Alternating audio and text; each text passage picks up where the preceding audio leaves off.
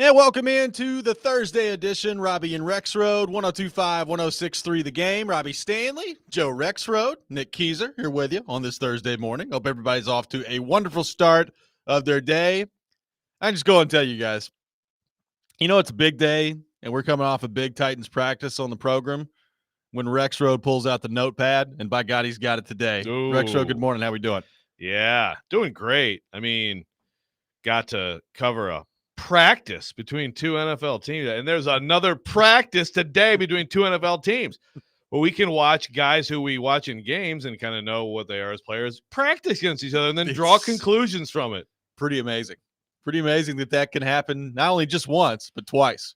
That's what we get this week, 2 times. Yes, and then they'll play a preseason game in which none of the key players will play. But have fun if you're going Saturday night. It should be a lot of fun out there. But yeah, I'm sure there'll be something. Well, we'll see. I guess it hasn't been ruled out yet that like Levis and the first team offense might get a series. I mean, if people we got 2 series the last game. If people are taking the Gerard Mayo approach, which is basically if you're a starter and you get in a fight in a practice and you're not going to play the preseason game, then you're playing the whole thing. That is awesome. Maybe we'll see that today. Maybe somebody gets in a little scrap and Brian Callahan says, you know what?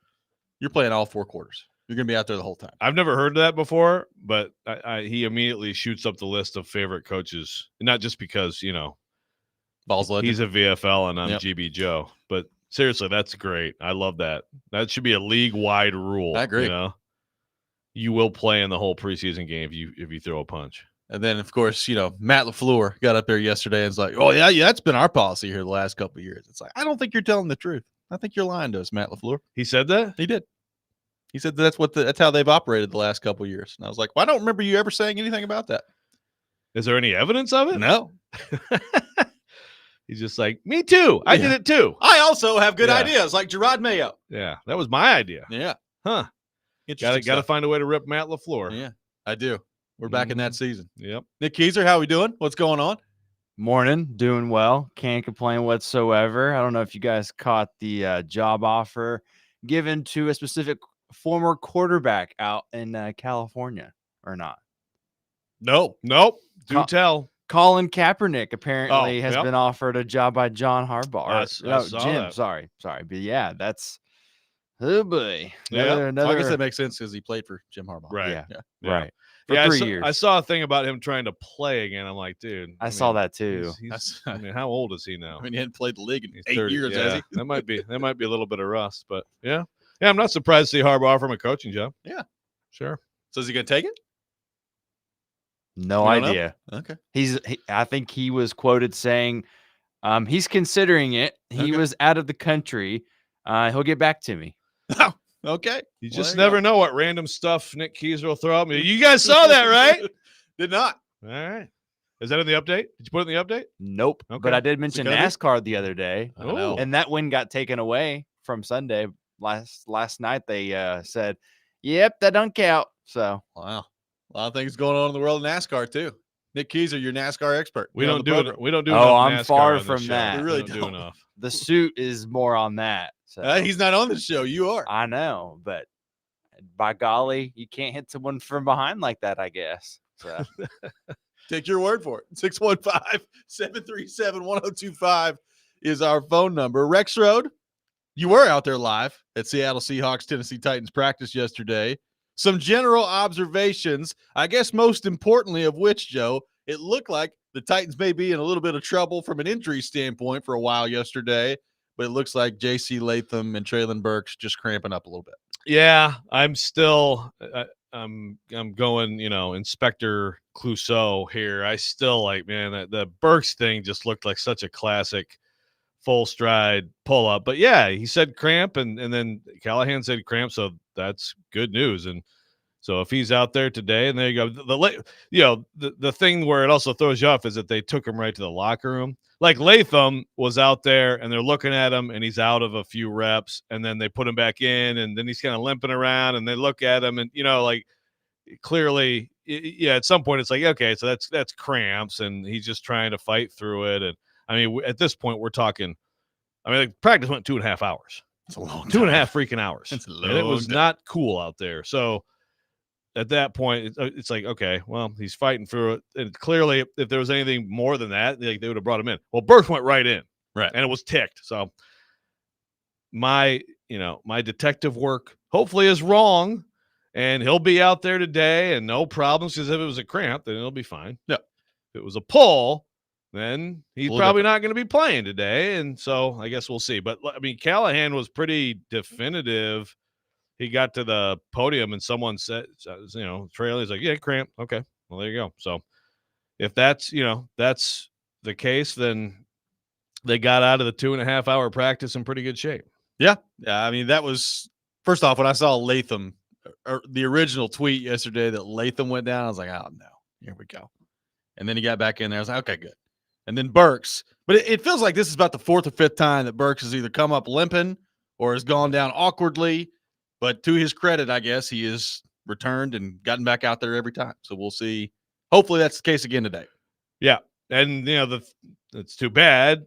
It's also often part of the story with him. Like, he was having a good day. He was making plays. Yep. And that play, the one where he pulls up, was, I mean, he had gotten behind the defense, and it looked to me like Levis put the throw perfectly. It was going to be a nice deep touchdown pass late into practice to kind of cap the day. So it was heading that way, and then it went another way. But he did play well yesterday, for the record, in a practice. So did you spend the majority of your time watching the Titans offense, the Titans defense? What were some of your takeaways from what you saw on the practice field yesterday?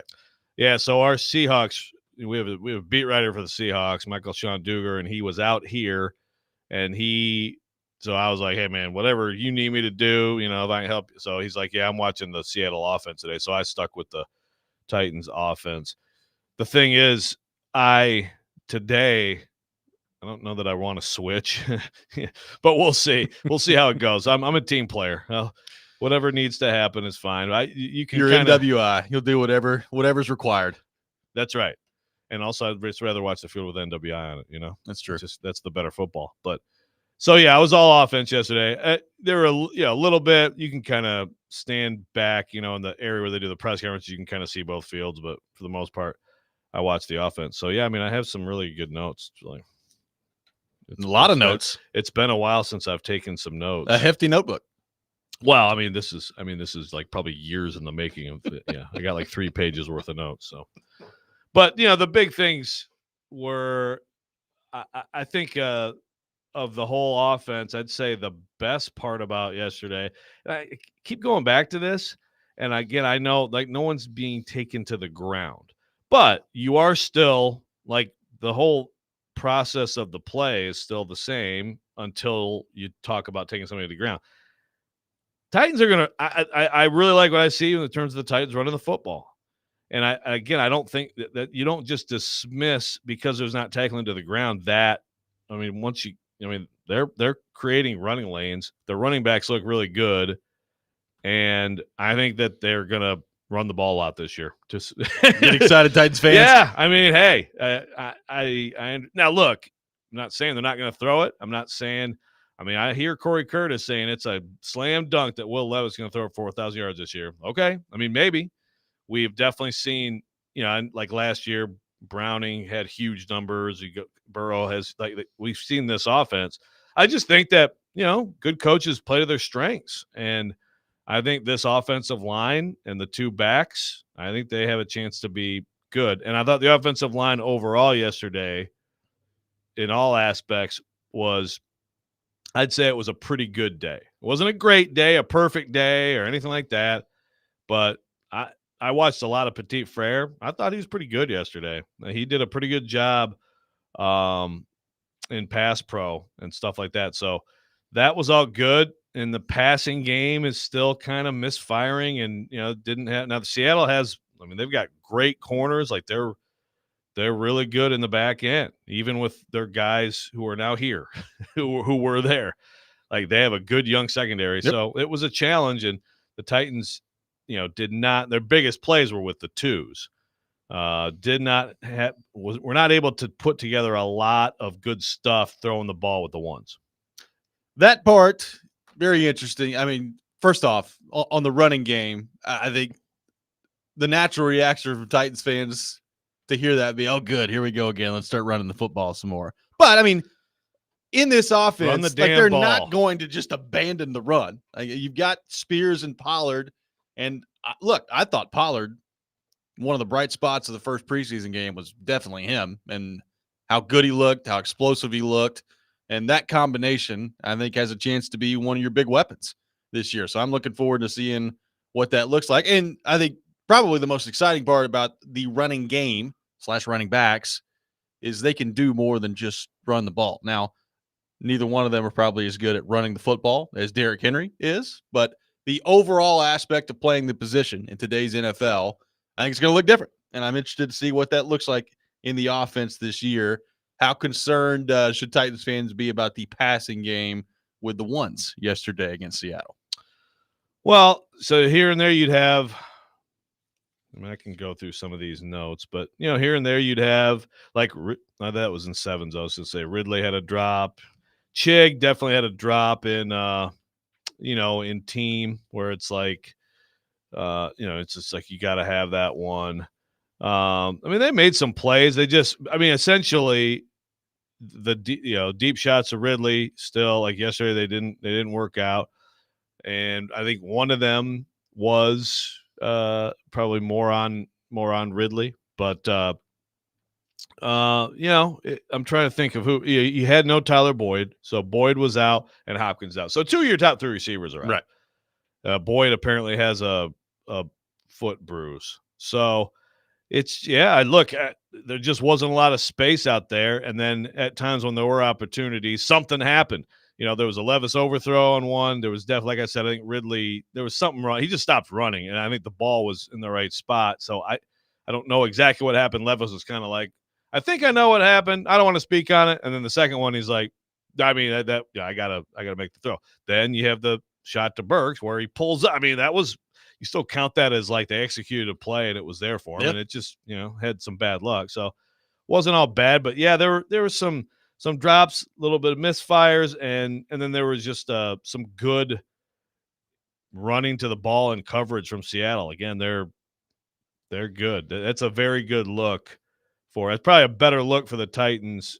They got some good guys up front too, but their best look they give you is in the back end. 615-737-1025, our phone number. More updates from Titans practice yesterday against Seattle, including Rexrode's observations of Will Levis's new cologne. We'll get into that. Robby and Rexrode, 1025-1063, The Game.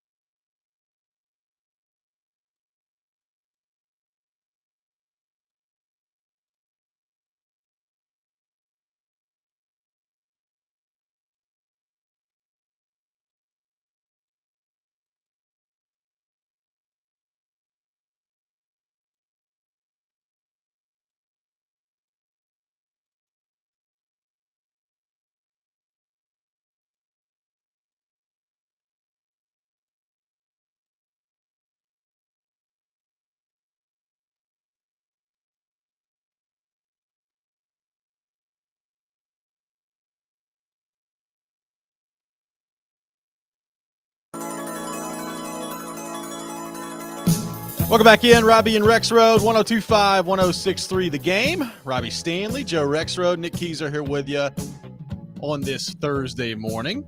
Taking your thoughts on our phone and text lines driven by WilsonCountyHyundai.com, 615-737-1025. Joe, some quick breaking news in the NFL. The Cowboys are signing Carl Lawson. So take another edge rush, pass rushing option off the list for the Tennessee Titans. Carl Lawson, who we've talked a lot about, worked out for the Cowboys. It feels like at least a week ago, maybe a week and a half ago. Yeah, it's been a while. And nothing happened. And now I guess he's going there. So Carl Lawson heading to the Dallas Cowboys. Take him off the board. I know we'll talk about it later, but of course you got Matthew Judon, to me, making the Falcons the favorite in their division now. Mm-hmm. Pat's getting a third-round pick. So the Pat's acknowledging that they suck. Before even watching Joe Milton play football again tonight. Yeah. Could have just waited another day or two to make a decision. Is that on tonight? Like, can we watch that tonight? I think it's on the NFL Network. Okay. Just so you know. Appointment viewing. Joe Milton. Yeah. Let's do it. Were you graced with the presence of the Parfum de Mayonnaise yesterday? And what did you make of Will Levis's new cologne? Yeah. I might write something about this because I think history was made yesterday. I mean, if anybody knows of a situation where an NFL quarterback sprayed a bunch of reporters with perfume on their wrists, and then those reporters went and interviewed other players, and then those players smelled their wrists so that they could evaluate the perfume or the cologne, please let me know. I'm pretty sure history was made yesterday. It's got to be the first time, I would think. And I will say, hold on. I mean, I washed my arm yesterday when I got home, and still, like, the scent was there. Like, the I sniff could test not, is still going. Did like a dad cookout for football dads yesterday at the high school, and I'm like, man, I can still smell that cologne. I will say, first of all, I smell no mayo. I smell no coffee. I got neither. I got a citrusy vanilla note. And it's pretty good. I think it's pretty good. Okay. Again, I'm not a cologne. So where does expert. the mayonnaise come in? Yeah, I mean, I think that's just a little marketing ploy. I mean, maybe maybe it's in there somewhere, but I didn't pick that up. I mean, if you have like a citrusy kind of thing going on, that's probably going to overpower anything else. Probably right? so. So I will say that not a cologne guy, not a cologne expert. Had a little Drakkar Noir in 1992, but it's not bad. It's not bad. And for the most part, the dudes who were smelling my arm and other reporters' arms liked it too. So there you go. Congratulations, Will Levis. Apparently it's, like it's sold out first day. And I guess I don't know. Kaharski's trying to Kaharski tried to get some yesterday, was unsuccessful. Yeah. So, but Levis had one bottle there with him at the presser. So yeah, pretty good stuff. And, again, pretty good stuff for Levis to not take himself too seriously, unlike some people. There's that. It was good to see him address it yesterday. I enjoyed it. Yeah. I mean, it's part of the thing. It is. He'll be an all-time great, and we'll talk about the Mayo, or he'll be a total bust, and we'll talk about the Mayo. We will. But either way, it's getting talked about. Yeah. That commercial will live on, and I'll enjoy the heck out of it. Skylar on the text line says, Titans fans don't mind seeing the two backs run the ball. They just don't want to watch single back I formation run it up the middle over and over and over again. This is from Skylar on the text line. So when was that? What year was that you saw that? We're going to get you going again. First of all, I'm sorry, Skylar, but explain to me what single back I formation means. Like, I formation would not be a single back. Okay. I just read the text. I'm just saying, like, I formation would be, full back and then, or an H back and then the back. So single back cannot be I formation, I don't think. Right? I mean, not much of an I. Yeah. Whatever, man. Whatever. The Titans ran a West Coast offense, and then last year they ran the Patriots offense, and they had Derrick Henry, and they gave him the ball a lot. They did not run, my rocket football offense, or it's like 32 dive on 2 hut. But I understand. I get the boredom I would make factor. the argument. I get the boredom factor. I do. I would make the argument there's not enough I formation in football nowadays. I love we I have too formation. little I formation. Well, I'd like to see a little more T formation. you know? Yes. That was the big debate in the 80s, I formation or T formation. Yes. So, but They look, say football is cyclical. Maybe we'll get back around to that at some point. I rather doubt it, but we'll see. well, it is cyclical. You look at what all of a sudden people started doing again with the with the options stuff, Yeah. right? I mean, a lot of that stuff is like, oh wow, this stuff was really big in the 40s. It can work. So it does come back around with some tweaks to it. Look, I get it. I understand like just how it felt and how it looked when, especially it's like, so it's 2nd and 10. So here comes Derrick Henry. Yep. For 1 or 2, and then here comes 3rd and 8 or 9. I get it, but I'm just saying this team. I mean, if you can run the football, man, that helps you a lot. And Will Levis and play action, those numbers are pretty good. And of course, if you can stop the run, or if you can't stop the run, that means a huge difference. It's just, I'm sorry, but like, it's football. It's always going to matter. We like the passing. We love the passing. There's a lot more passing, and that's all great. But running the football, stopping the run, It's very important. it's football, man. It's football. A lot of things won at the line of scrimmage. And again, like there is space, hopefully, if your offense is really, really good, for you to be able to run the football effectively and efficiently while also being able to push the ball down the field and throw the ball and have the quote-unquote modern offense that we love to talk about. I mean, there's space for both. Look no further than the San Francisco 49ers, right? They're very Physical good at team. running the football, a very physical team. And they also have enough weapons where they can push the ball down the field and throw it on the outside. That's the idea. Like, you'd like to be good at all of those things if you're an offense in the NFL. Yeah. I mean, look, think about the Falcons team that should have won it all and completely blew it. Yep. And you got to put some of that on, well, most of that, I guess, on Kyle Shanahan. But that team, yes, Matt Ryan was MVP that year. Also, go back and look at what they did running the football. They had 2 really good backs, and they used them in different ways. And actually, now those backs had varied skill sets, with the Falcons. And these 2 backs are more similar. But I think that there's something to be said for that idea, and looking at like that offense and like this offense and what the idea would be. You got to be fit. And I'm just saying again, this offensive line, I mean, right now, put them out there in a real game. I mean, they're going to have some issues in pass pro at times, but the way they help themselves is by putting the defense on their heels more up front. Because I mean, look, like Skoronski and Latham can grind some people out in the run game. I mean, like they can maul some people, and so go to your strengths. Callahan also talked yesterday about the pass pro of the running backs. Pretty gushing quote. I should have thought about that. We could maybe play that next segment, but they're very good football players. So go with what your best football players are doing. I mean, look, they're going to throw the ball, and they're going to be better throwing the ball when they have Hopkins and Boyd on the field, which they did not have yesterday. So the idea is to have balance. Sure. But it's good to be able to run the football. It's good if they can do that. On the Petit Frere front, based on what you've seen from him in practice to this point, you feeling better than you were entering camp about him, about that spot at right tackle? Too early to tell yet. How do we feel about what you've seen for Petit Frere to this point? I liked what I saw yesterday. Not perfect. I didn't love everything. He got beat sometimes, but I think he's holding up pretty well. Look, he's far and away the best option there. He's going to be the right tackle. Yeah, he's the right tackle. And I think he was probably always going to be the right tackle. There was always that, who knows, it's been so long and all this stuff happened. And he had multiple injuries. He's clearly the best right tackle. And I think he can be a solid right tackle in the NFL. If you're solid there, and I think you're going to see Latham this year, I just think you're going to see him grow and be pretty good. And then everything else is fine, then you're a much better offensive line than you were last year. So I think that right now they're rounding into a situation where they can be solid. And that is a big difference. 615-737-1025, our phone number. More thoughts on the Titans coming up next. We'll have the best and worst things in sports for this week. Coming up at 6:45, we'll take your best things, your worst things on our text line. This is Robby and Rexrode, 1025-1063, the game.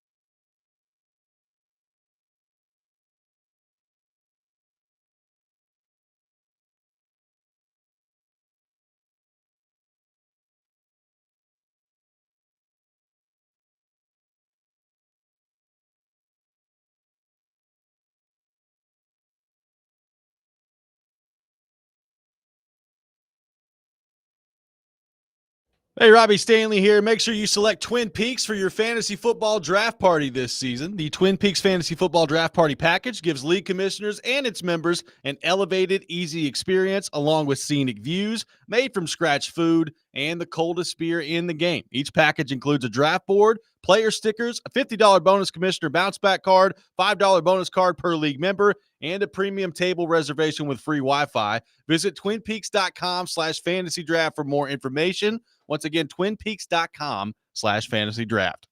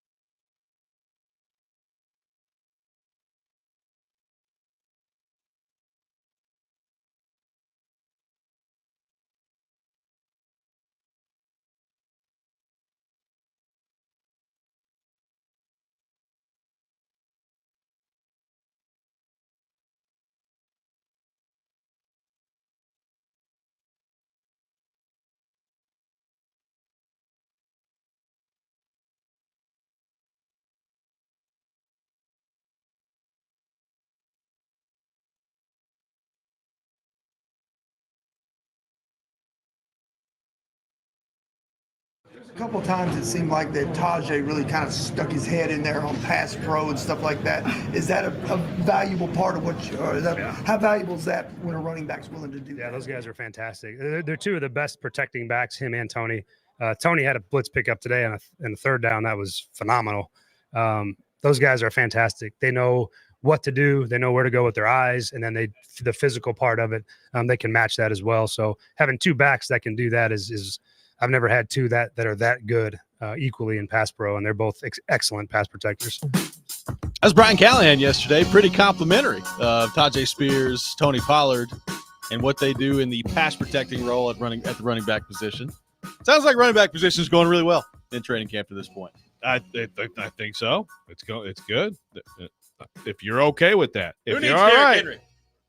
No, I really appreciate David in Arkansas's text. He says, he's like, these fans complain about how he run the ball, but then they love Derrick Henry. How can you love Henry and not want to run the ball? Damn.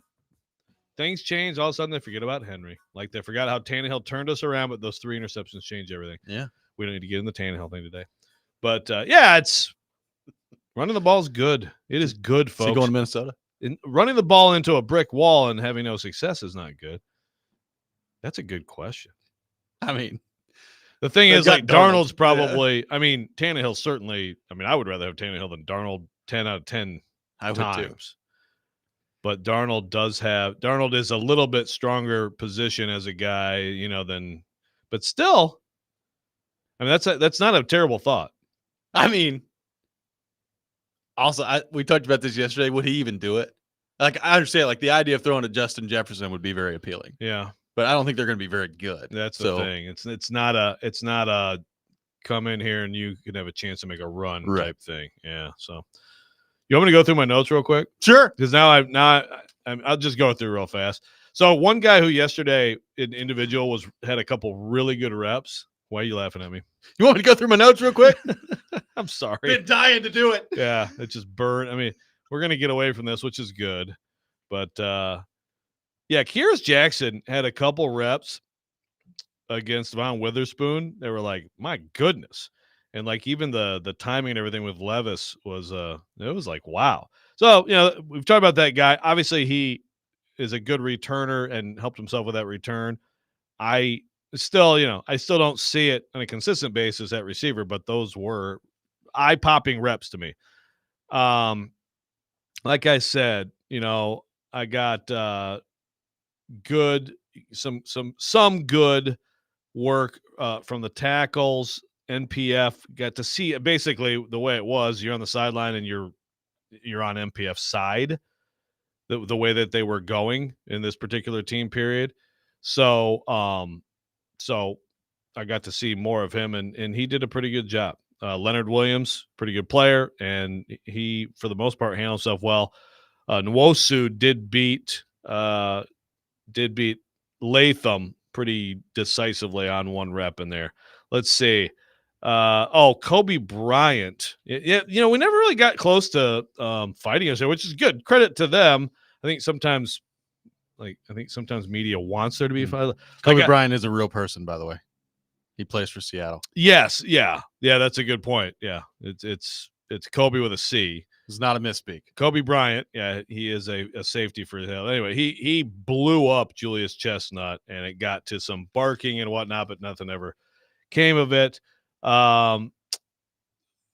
Witherspoon and Ridley with some really good. That's good looks, and there was some good stuff there. Big time push from the left side of the line. Again, this is ones. I'm talking about ones. I didn't even really note much about.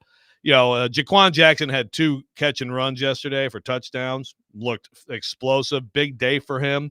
It's twos. It's 2s against 2s, and Mason Rudolph throwing the ball. Still something to keep in mind. Sure. I think right now he has come on to the extent that I really like him as the 6th guy. I think he's the 6th guy. So that's worth keeping in mind. But most of my notes are ones.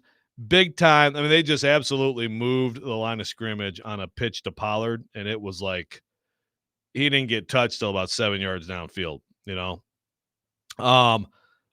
play action off that. Perfect pocket. Completely held, And then you have a deep kind of square into Kyle Phillips from Levis, which was a big pass play. So it's not like they didn't make plays in the passing game.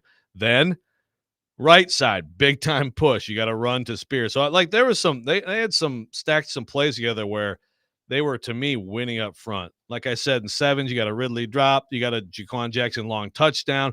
Bryce Oliver is one of those guys who's making big plays. You know, there's always a receiver who's probably not going to make the team who makes a lot of plays in camp. Bryce Oliver right now is that guy. I mean, he's helping himself in some way.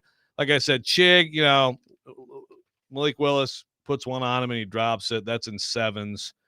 Ty Okada from Seattle. First of all, they did punts, and these punts, like if the gunner, you know, like whoever won, you know, if the gunner got down there or if he got blown, Ty Okada blew up Tay Gowan for the Titans, and like the Seahawks seriously acted like they won the Super Bowl. But then also, he also then later hit Spears. I mean, head to head, he got a flag. Like everybody, like flags all over the place, head to head hit, and you know that got probably as close as we got to some kind of a scuffle. Yeah, and the Seahawks were just talking all this trash. It's like, hey, you hit him head to head. You know, that's not something to celebrate. But Ty Okada, that guy, watch out for watch out for that guy. Let me tell you something. Did not see anything from their great receiver Metcalf. Thank you, DK Metcalf. So. But no swinging of helmets. No, nothing like that. That's good. Burks back to team. Really good play at the expense of Witherspoon. So you're talking about, you know, you're talking about what the number, whatever, top 10 pick last year. Latham on that play. Latham and Skronsky, fantastic pass pro. Across to Burks again, making a play. Terrell Dodson. Shout out to the Mid-State. Clotheslines him. I don't think it was a penalty, but he kind of dropped him right in his tracks. I'm like, oh, is Burks hurt? No, he did not get hurt. You have a third down period, okay? These notes are you excited about these notes? They're so good. I am. Third down period. They just go 3rd and 6. Okay, this one's 3rd and 8. This one's 3rd and 3, right? Protection hold, slant to Burks, first down. Blitz all day to throw, but a bad throw from Levis. There's a deep shot against Tariq Woolen, who's a very good corner also, and they got good. It was a blitz. It was 3rd and 12, and Levis just overthrew it. And it was, 3rd and 2, good protection, perfect little quick hitter to Kinsey for a first down. 3rd and 5, run right to Pollard, blew them up at the line of scrimmage, got a first down. And then you get into the end of the session, and you had Latham, and it's like, my gosh, we're like at 2.5 hours. Latham with cramping, and then Burks with the Titans say cramping. So hopefully that's all. That's pretty much what I got for you. There you go. Joe Rexrode's notepad. That might be my last. I mean, I guess we gotta I'll get that sponsored. Yeah. Maybe I'll do some today, I guess. But might write something about Levis. So I'm mostly gonna watch Levis today. We might need to send some help to Jared in Spring Hill. He's a little obsessed with the Brock Bowers part. He said they ran a tight end screen to Vanette. What the heck are they doing? If they want those plays, they should have drafted Bowers, not an undrafted free agent. Do not throw the ball to Nick Vanette ever. I hope that Brock Bowers is the greatest player of all time for your sake, Jared. Or actually, maybe that would be bad for Jared, maybe. Right? Yeah, that would be bad. Jake and Greenbrier, our buddy, could be way off here, but has Boyd done enough to be firmly in the top 6 above both Jackson and Phillips? What do you make of that? Yeah, I mean, Tyler Boyd's the starting slot receiver. Like, I mean, he has a foot bruise right now, but yeah, when he's been out there, he's clearly the best of the slot receivers. Like he's like, like this is where it's like you can watch practice and it matters, and you take it to the field and all that stuff. Tyler Boyd is a known commodity in the NFL, right? So, and I don't think that he at this point is like over the hill or anything. So, no, he's the starting slot receiver. Texas says done. Period. Titans need to eat some bananas before practice today. Did the Seahawks have any injuries and cramping, or was it only the Titans?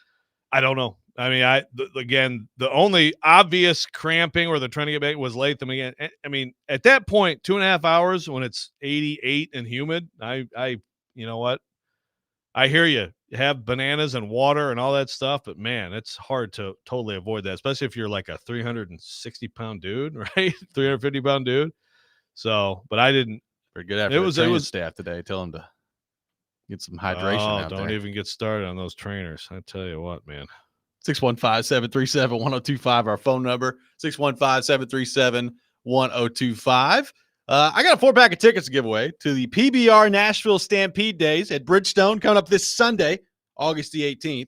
Be caller number 3, 615-737-1025. Caller 3 will win a 4-pack of tickets to the PBR Nashville Stampede Days at Bridgestone Arena coming up Sunday, August the 18th. We'll have the best and worst things in sports coming up next. You're listening to Robby and Rexrode, 1025, 1063, The Game.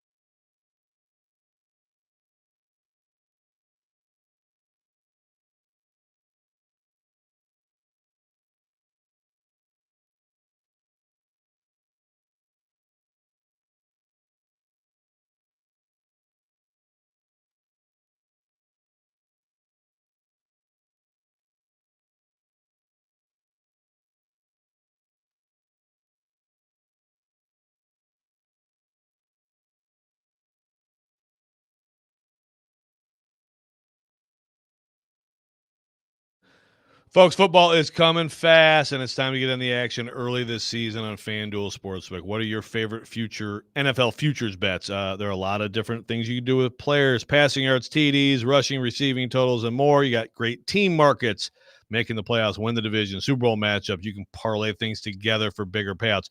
Okay, here's a quick blush reaction. How about under on Justin Jefferson's receiving yards, before that changes, because J.J. McCarthy, of course, is down. I'm not a big Sam Darnold believer.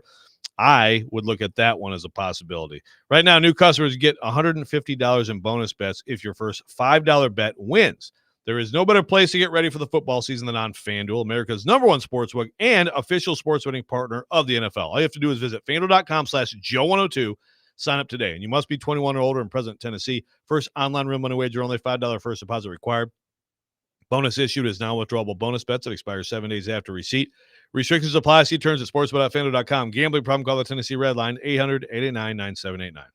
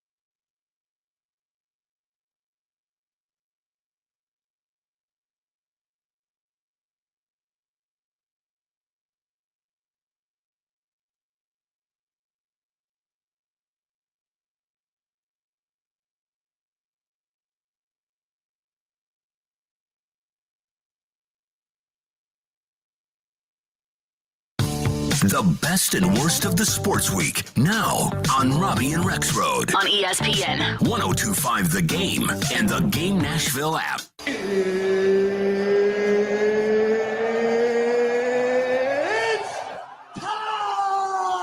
This is the worst. You look like you're feeling sorry for yourself. Believe in miracles? Yes! Unbelievable. He's one of one. He is him. This is a Coke bottle. It's not a crystal ball. When I woke up this morning, I was feeling pretty dangerous. Okay, let's go.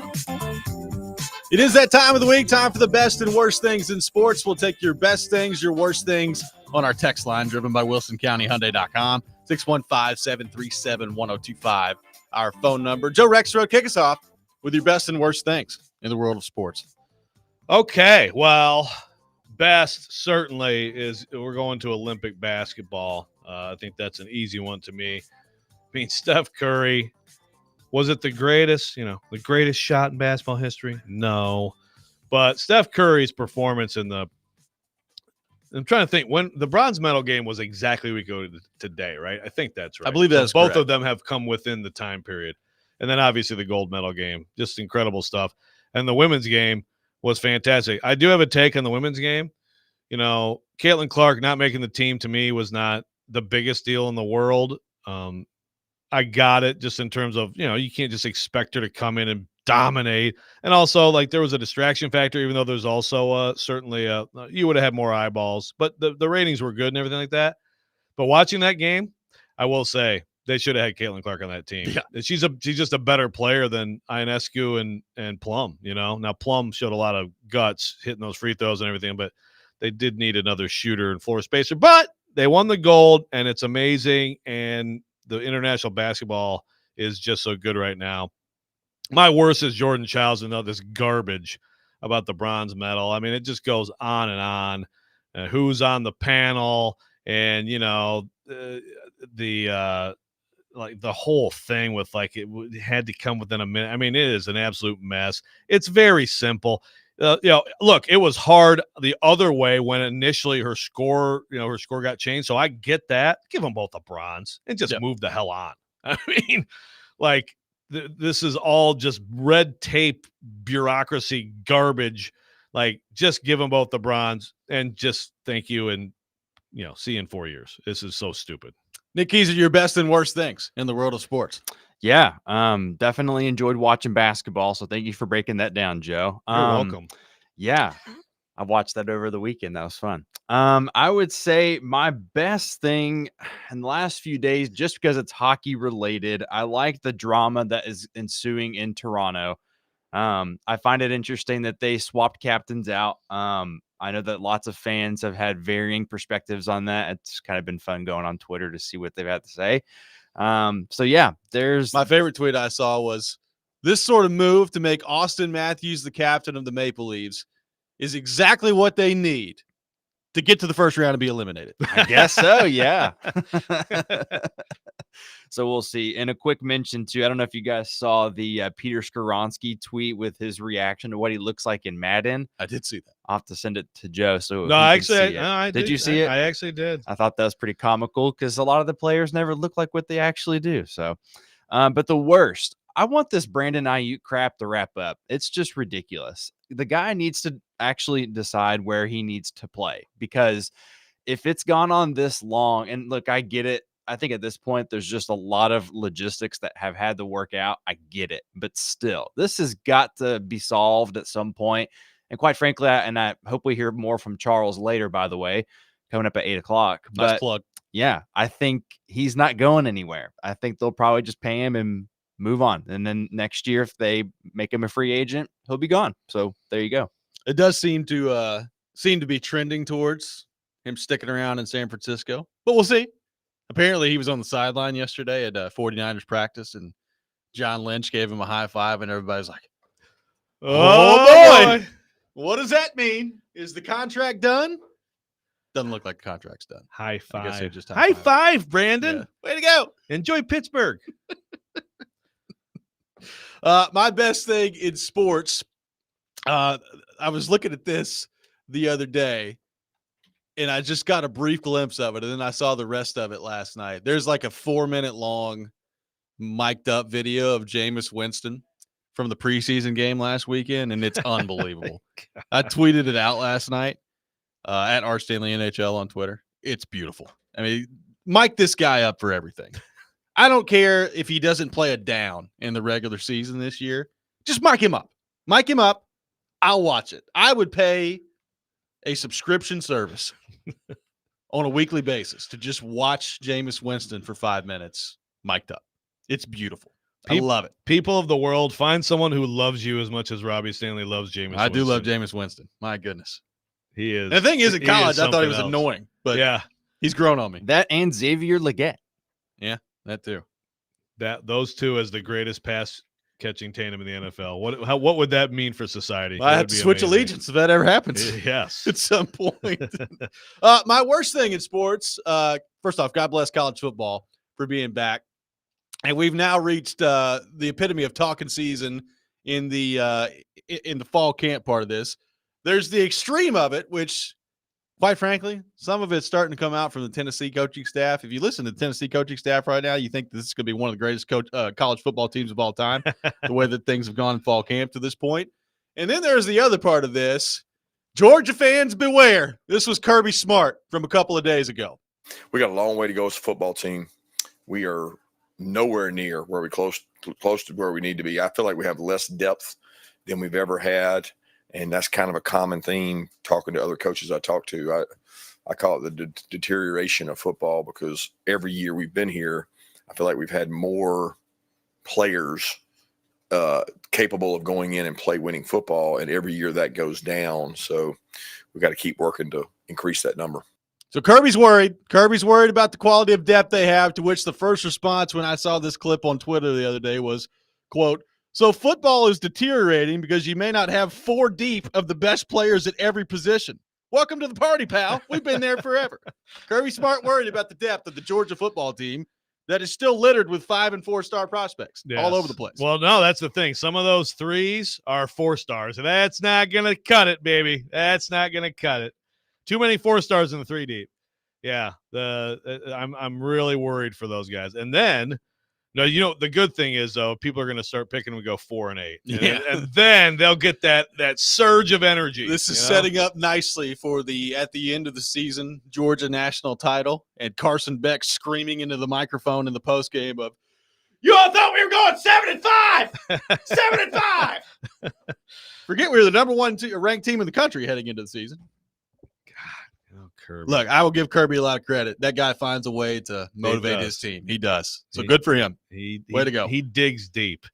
Wes in Clarksville said, "Worst thing in sports, Hellman's cologne." I said to him, "Worst thing in sports, people who don't have a sense of humor."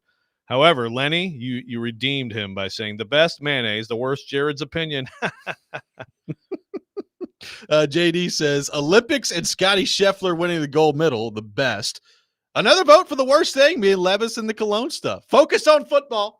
Dial in your connections with your receivers before we add another distraction into the mix. It's an unpopular opinion, I'm sure.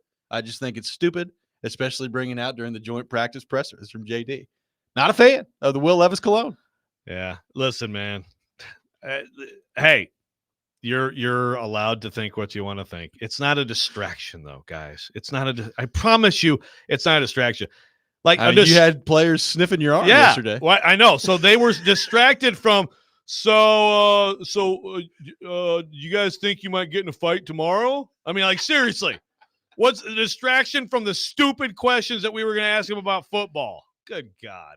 615-737-1025, our phone number. A move made in the NFL yesterday, which takes another option off the table for the Titans. We'll get into that. Robby and Rexrode, 1025-1063, the game.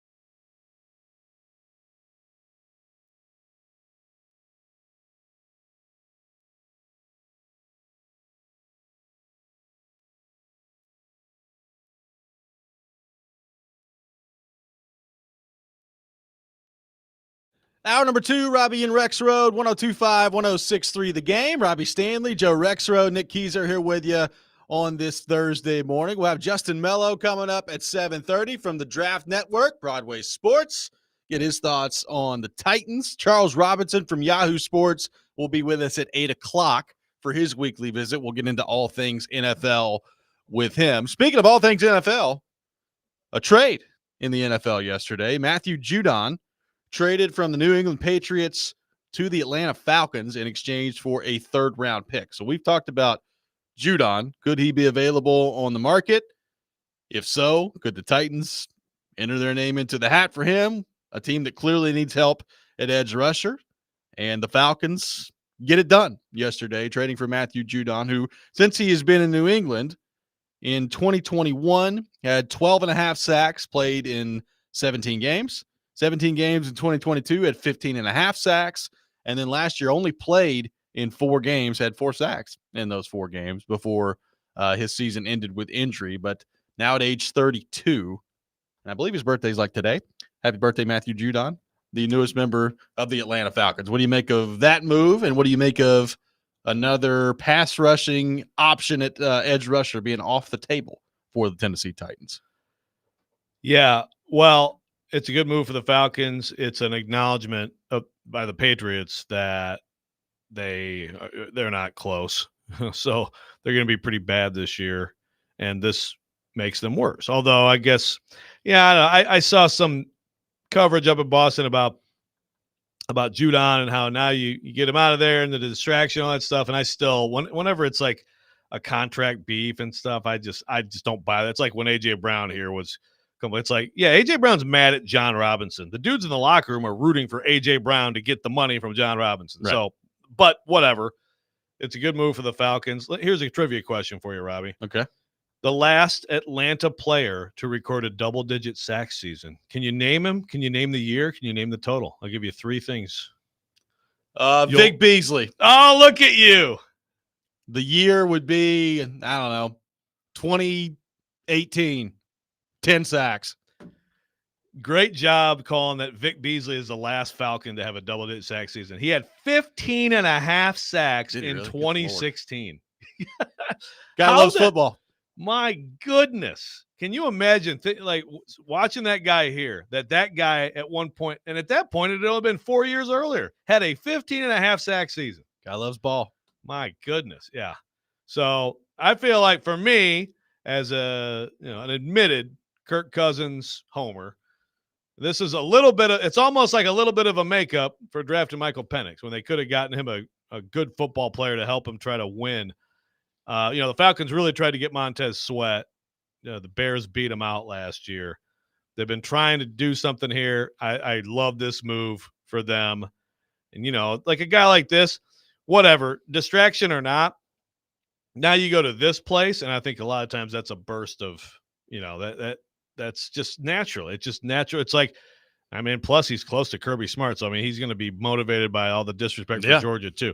I think he's going to have a big year for them. And to me, that's my favorite to win the NFC South. Well, they're the favorite, Falcons. the betting favorite on FanDuel Sportsbook. And did that change because of this? Based on how far apart the odds are now, my guess is no. Okay. But Atlanta is minus 130 on the FanDuel Sportsbook. Tampa Bay at plus 310 is number 2, followed by the Saints at plus 390. And then at plus 1,000, our beloved Carolina Panthers. Yeah. I'm a little worried about disrespecting Baker like that, Yeah. It's making some plays in camp, apparently. They were pretty good last year. Yeah. But, great. I love the move for the Falcons. And, there's another guy. I have no idea if things were ever going to materialize. I don't know where the Titans are. We kind of have known that they were going after safeties. They knew they needed safety depth. They addressed it.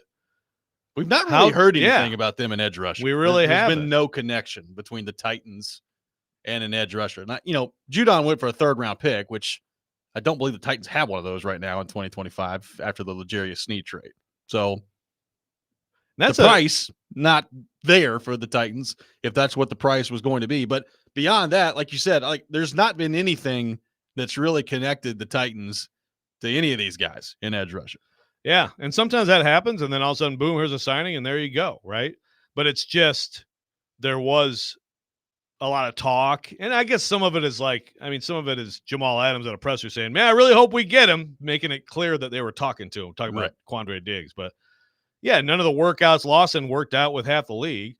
Then the Cowboys finally decide to sign him. So it's interesting that it's quiet in that way for the Titans, because I still think they absolutely should be out there looking. But Lawson was the guy. I was kind of with PK on that one, and now he's off the board. So the choices are dwindling. The choices are dwindling. I mean, I guess if you're a team out there that's looking for help at edge rusher and you're still trying to accomplish it via trade, I mean, I guess you're just still keeping an eye on the Hassan Reddick situation with the Jets, Yep. but they have said that they're not going to trade him. So I guess until that position changes, Judon's now gone. Carl Lawson has been signed. I mean, we had Mike Herndon on yesterday, and he was talking about Yannick Ngakoue, about how he kind of feels like he just chases sacks, and that's why he's been bounced around as much as he had, because that's all he really cares about, and is inefficient in some of the other things that he does. So the options at this point are almost, you would think, exhausted as it relates to somebody that could come in and actually help you if you're the Titans. Yeah. So they've got a lot of Rashad guys. Weaver. There you go. Yeah, Rashad Weaver, Jalen Harrell. Yep. I mean, they've got guys. So, but it does seem like that would be the one thing that's just glaring about this team right now, that if they were going to add anything between now and the season, I would assume it would be that. Are we ever going to get a suspension announcement from the NFL on Arden Key? What's going on here? That's a great question. Yeah, I throw don't Nico know. Autry into that mix too. Like, what are we doing? Yeah, announce it. Both of them it's right. Nothing has come officially. Is the NFL going to news dump it on the Friday before the season starts or something? Just going to not talk about it? You think we all forgot about it? I mean, they in the past have always put announcements out. So yeah. I don't know. I don't know what's up with that. But again, I wouldn't take it. And I understand the instinct to do this, but I just wouldn't take it as like, oh, wait a minute. Is there something, right. Is there a chance? There's a chance that it's not going to happen. No, I mean, it's, again, if Arden Key, who doesn't want to talk about this right now, if he's telling his teammates, hey, man, I'm going to be suspended 6 games, get ready, then, he's going to be suspended 6 games. Right.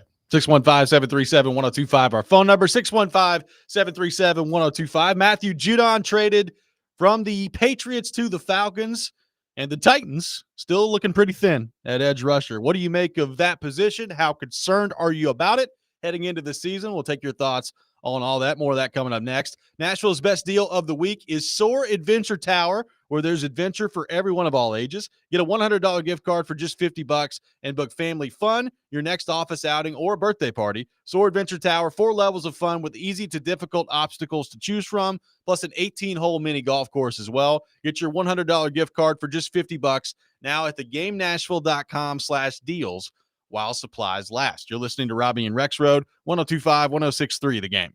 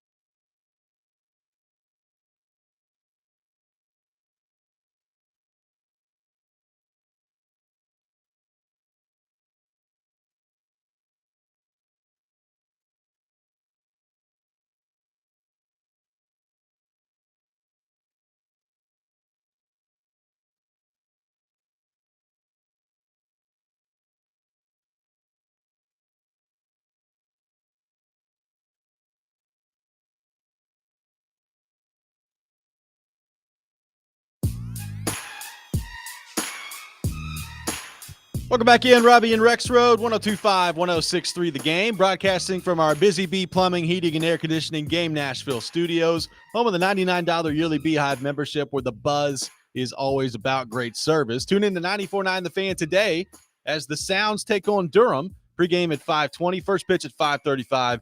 Coverage also available on the 94.9 The Fan app and at 949thefan.com. Sounds baseball presented by Twin Peaks, Family Leisure, 5 Points Roofing, Caldwell Vet Clinic, and Busy Bee Plumbing, Heating, and Air Conditioning. Taking your thoughts on the Titans. We'll have Justin Mello coming up at 7:30. Jackson on the text line, going back to edge rusher, says they'll sign someone who gets cut. They might. I don't know how much that's going to help them. That'll fix it. Sometimes it happens. Sometimes it does. Sometimes. What's the last,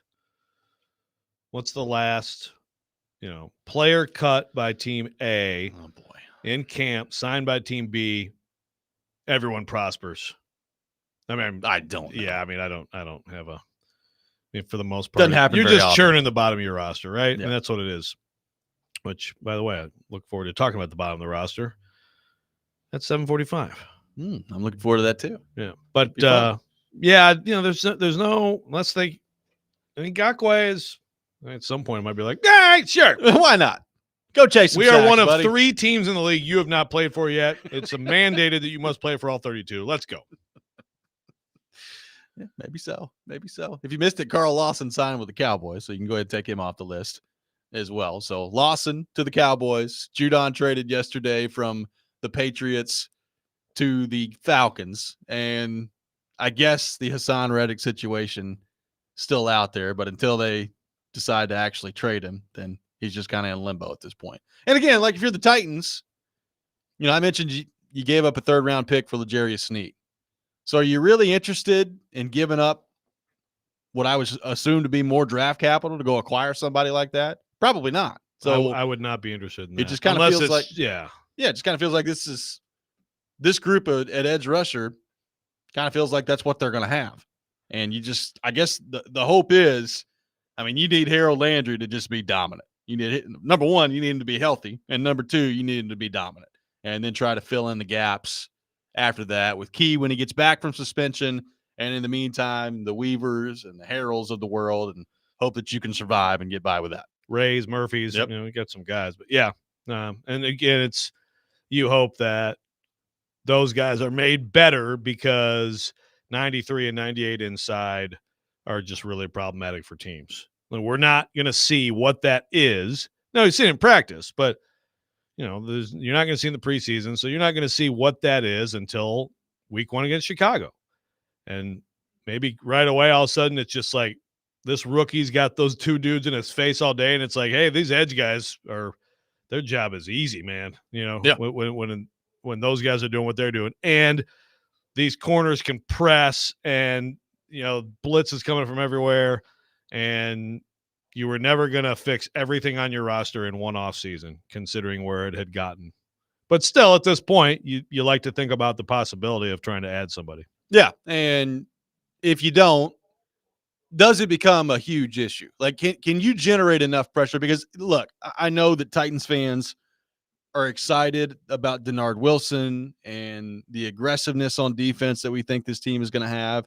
And certainly when they're healthy, in the secondary, you've got the ability to cover for longer than we've seen them cover, maybe ever, but certainly in recent memory. So all that's great and all that's exciting.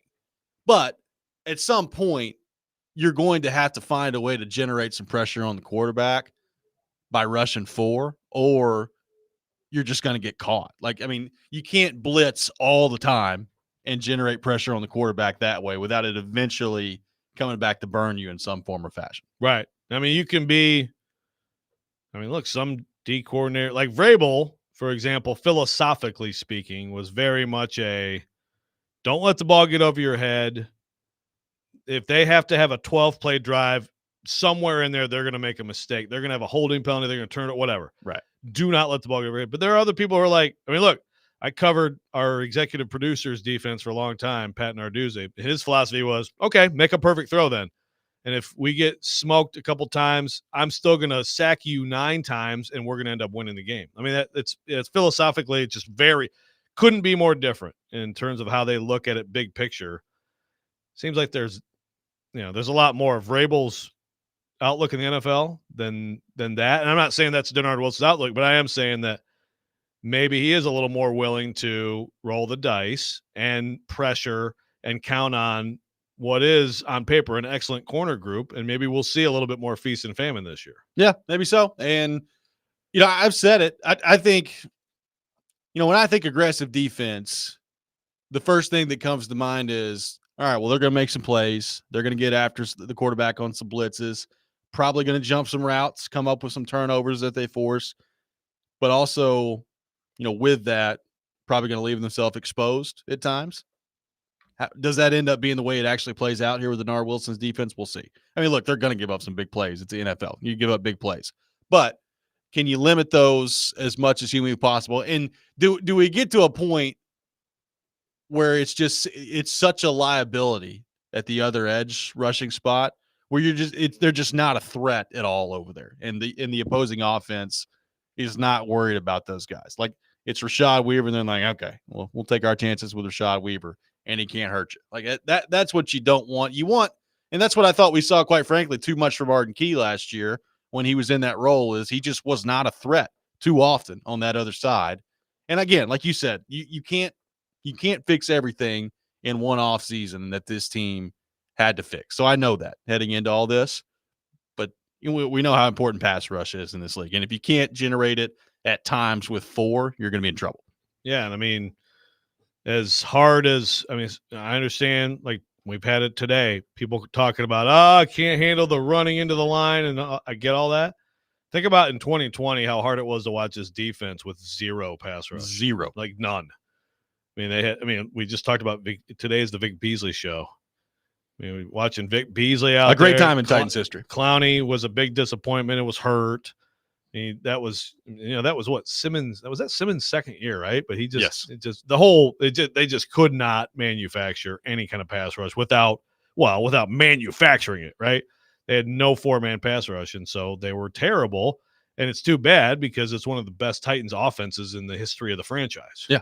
So, and that's the thing. It's like, you're talking about signing someone, and I totally agree. I would not give up draft capital, like significant draft. I would not do what the Falcons just did for Judon, because this is a 7 or 8 win team. I think, I think this is a 7 or 8 win team probably. And so, like, you don't mortgage too much of your future for one piece if it's not going to really put you in a strong position in the AFC. The AFC is loaded this year. And also he's 32, like Judon is, right? And Reddick's 29, right? So he'll be 30. So does the timeline of a guy like that really match up with where you're at with your franchise? Right. Like, how many great years does Hassan Reddick have left? Yeah. Maybe 2, well, maybe 3. If you think he has 2 or 3, then okay, because your timeline is, you hope next year that you're really good. Like, you hope next year you're fighting for the AFC South title, right? But yeah, like, there's not one piece that's going to push this team as it is constructed to some kind of contention status. I got a text that says, I know football is primary, but are you planning on talking about the Cody Glass trade? I told him we're going to spend we were already planning to spend the entire last hour, every aspect of that trade. No, but I brought it up yesterday. Yeah. There's really not a whole lot to it. Cody Glass made $2.5 million per year.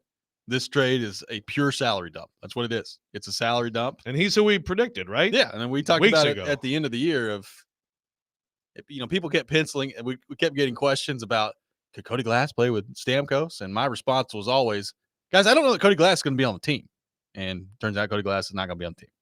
Yeah. So, there's not a ton to it. It didn't work out. Yeah. Last year was a complete disaster for Cody Glass. And I wish him the best moving forward. He's a great guy. But at this point, we have a large body of evidence at the NHL that would lead you to believe that he's like a fringe NHL guy. Like, that's basically what he's been throughout his entire career. One detail, by the way, for the texter, he did just get married on August 3rd. So he probably got that phone call right after they just got home and that you're packing your bags and going to Pittsburgh. I hope he was on an awesome honeymoon. And he had to know, right?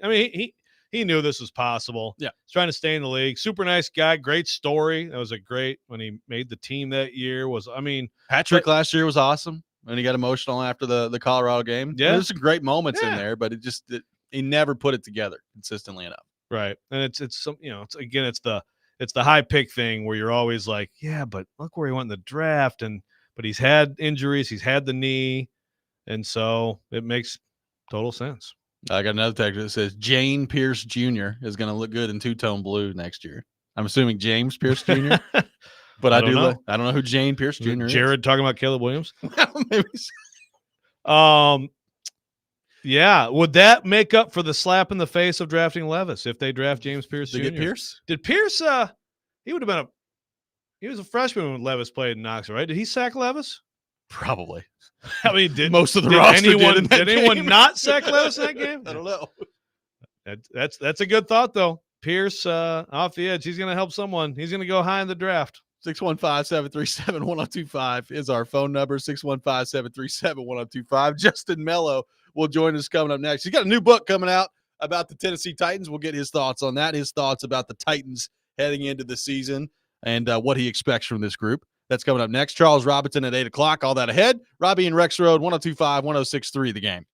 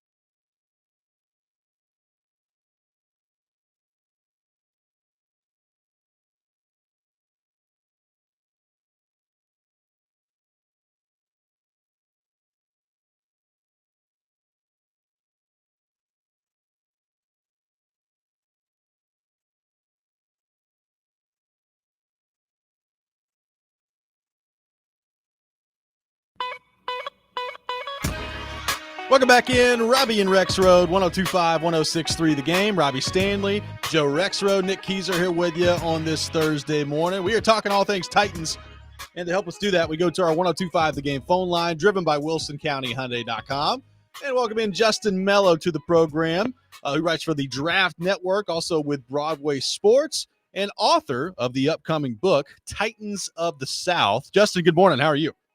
I'm doing well, guys. Second day of joint practices, so it's going to be a good one. How are you fellas doing? Doing really well. Good. Appreciate you taking time to be with us this morning. So, Justin, let's just start there with your book that's coming out, Titans of the South.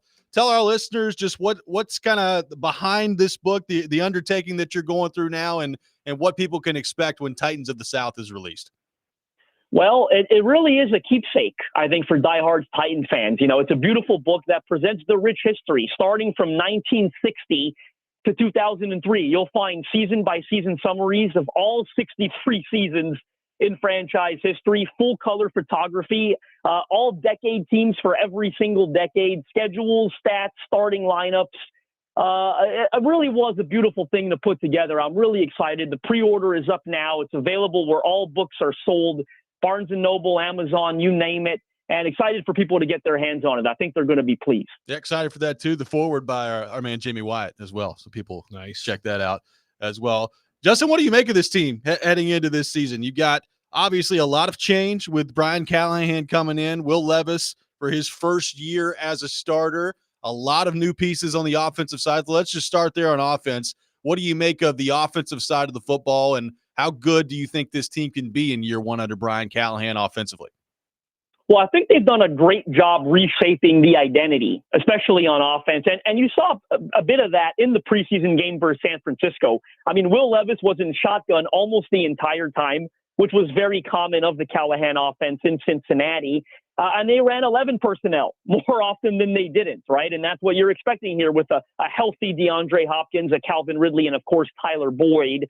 You also like the job they've done to reshape this offensive line, right, with J.C. Latham at left tackle, Cushenberry at center, a sophomore, Peter Skoronski. Now, they're still working through things on the right side, but it certainly looks a lot more promising than it did last year. So the most exciting thing about this season, and even the biggest diehard should be able to say, we don't really know what to expect. And I think that's a little exciting. Like, this roster is very good in some spots, particularly on offense, but they'll go as far as Will Levis takes them, as far as Will Levis's development can take them, if you will. So there's a bit of an unknown, I think, hanging over this team this year. And that's exciting. If Will Levis is good, then they got a chance to be really good.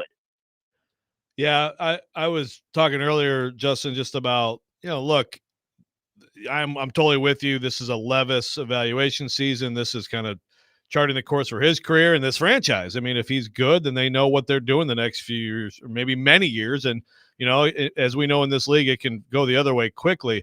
But I'm watching this team and this new offensive line, and I really like how it looks running the ball. I know it's not all the way to the tackle to the ground running the ball, but I feel like even in the preseason game you saw a little bit, and I like these backs too. Is it possible in your mind that this could be a little bit more run-heavy offense than what Callahan was doing in Cincinnati, even though he had a great back there as well?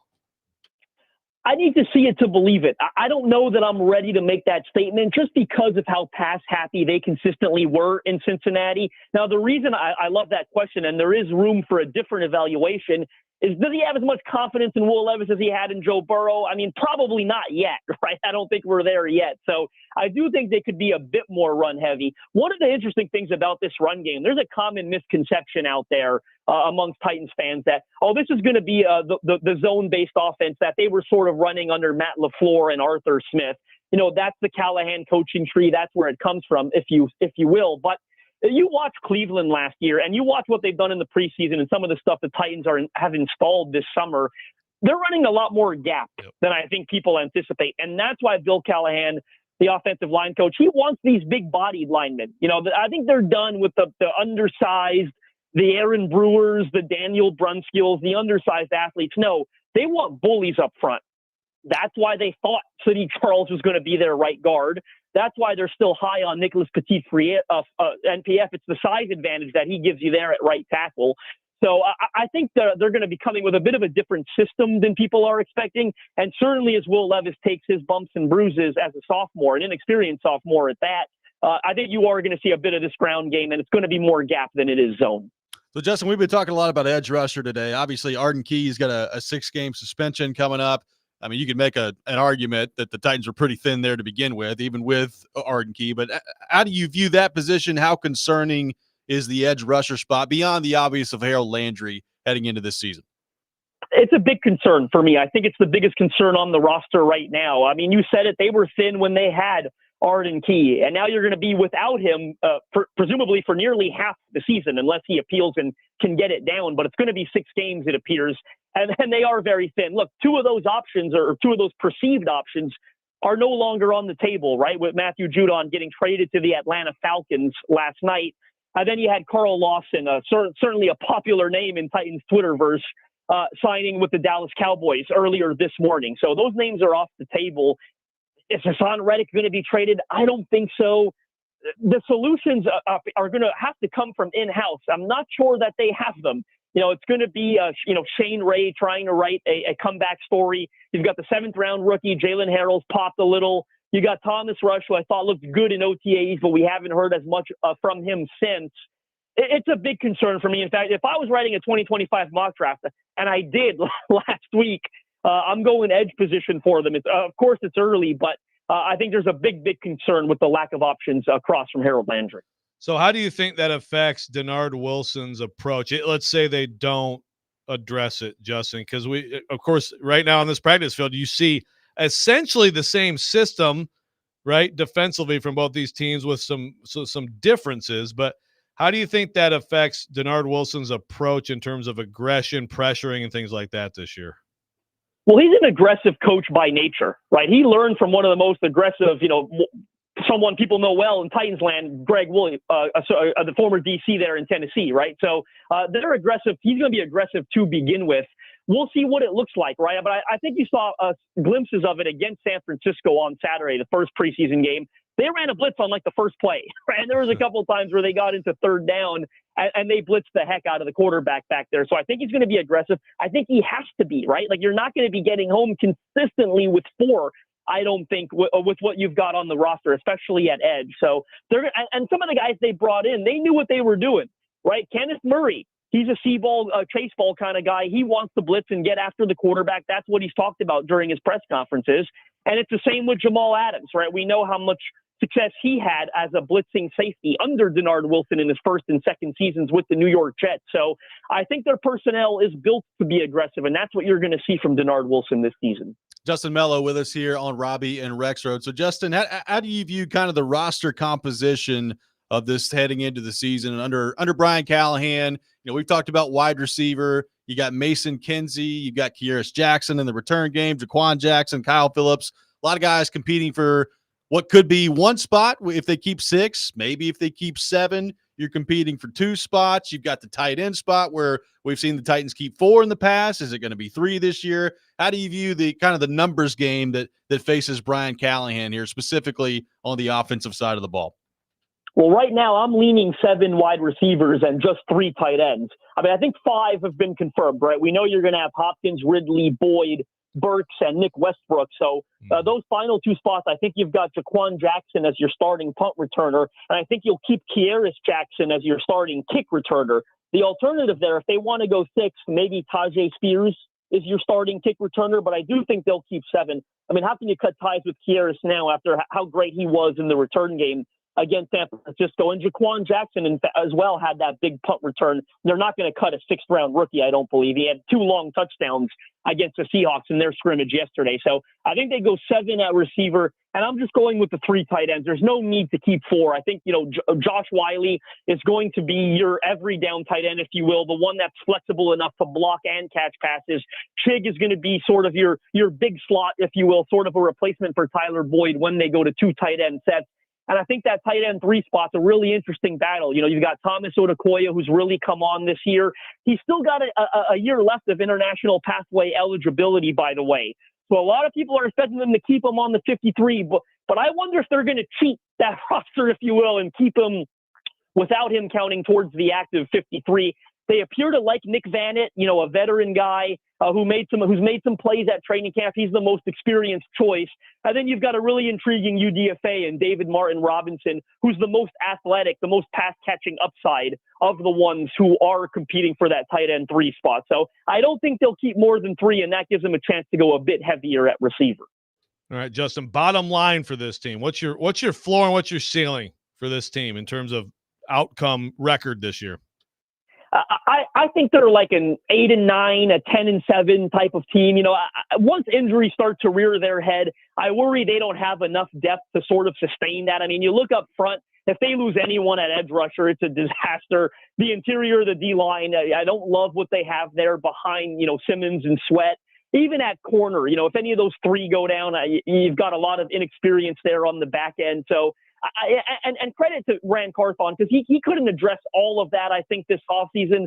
They've done a really good job making sure that their starting 22 are significantly better than they were last year. But once injuries start to rear their head, and as we know, especially here over these last couple of years, it seems to always go that way. I don't know that they've got enough depth, if you will, to survive that. But I think an 8-9 basement and about a 10-7 ceiling. I'm going between 8 to 10 wins this season.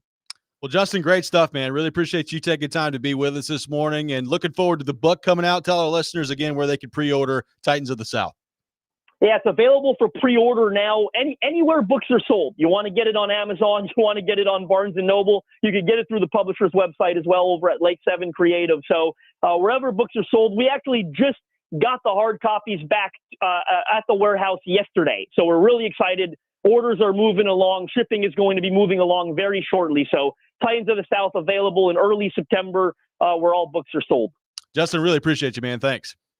Pleasure's all mine. Thanks for having me on. Justin Mello, our guest on Robby and Rexrode. We'll take your thoughts, 615-737-1025 on everything Justin had to say. Charles Robinson coming up at 8 o'clock. The Rex Rant with Joe Rexrode coming up next. Robby and Rexrode, 1025, 1063, The Game.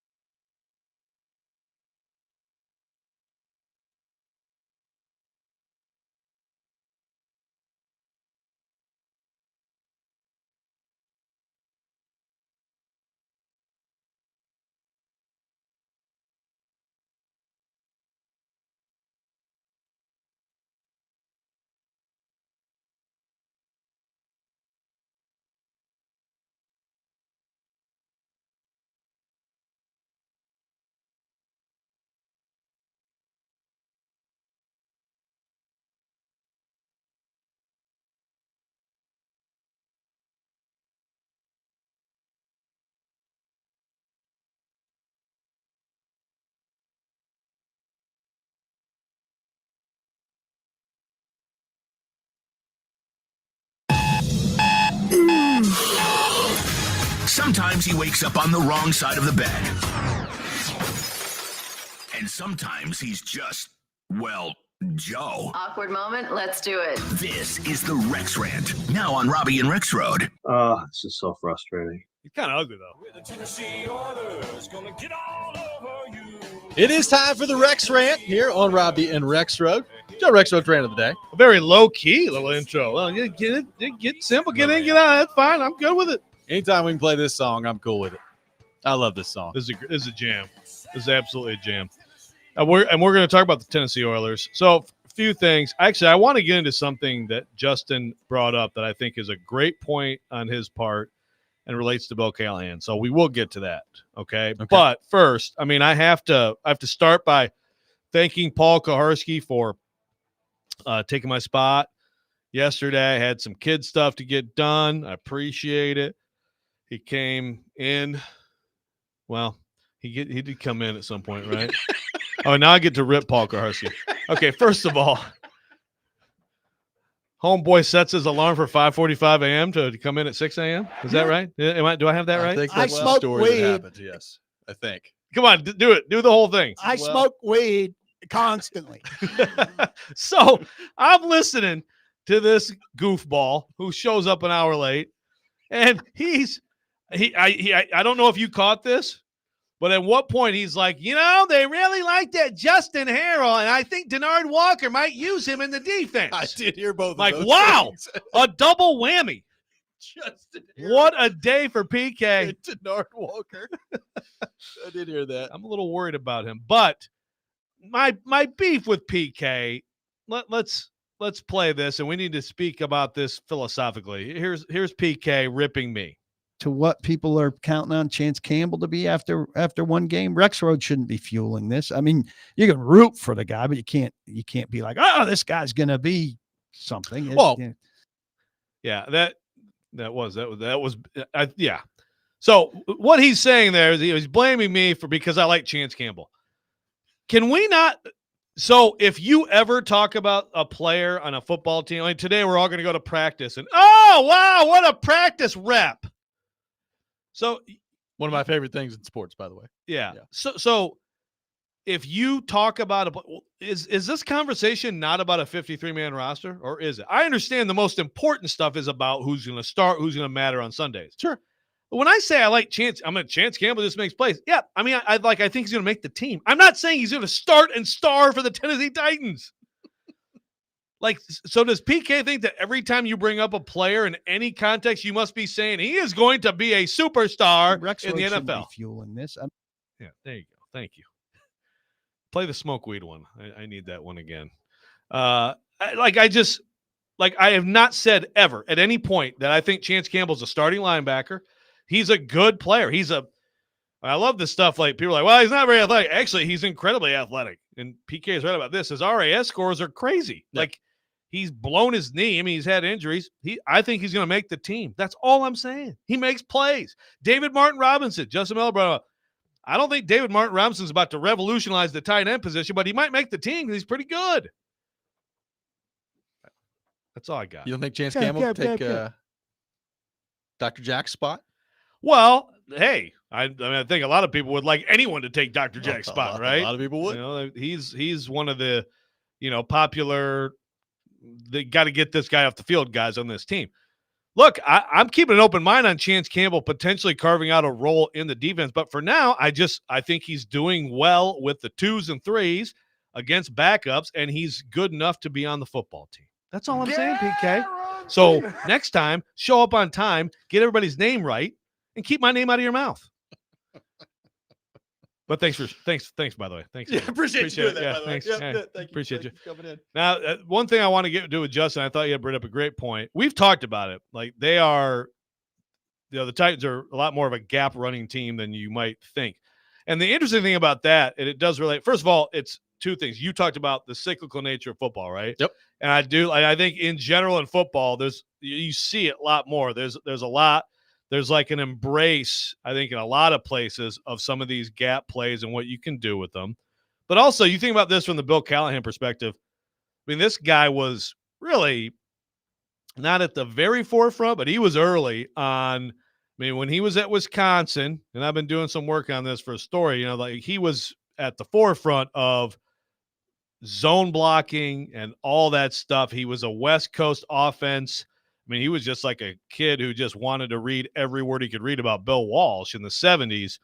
And then he's, one of the very few teams in college football at that time doing, like primarily zone stuff, wide zone stuff.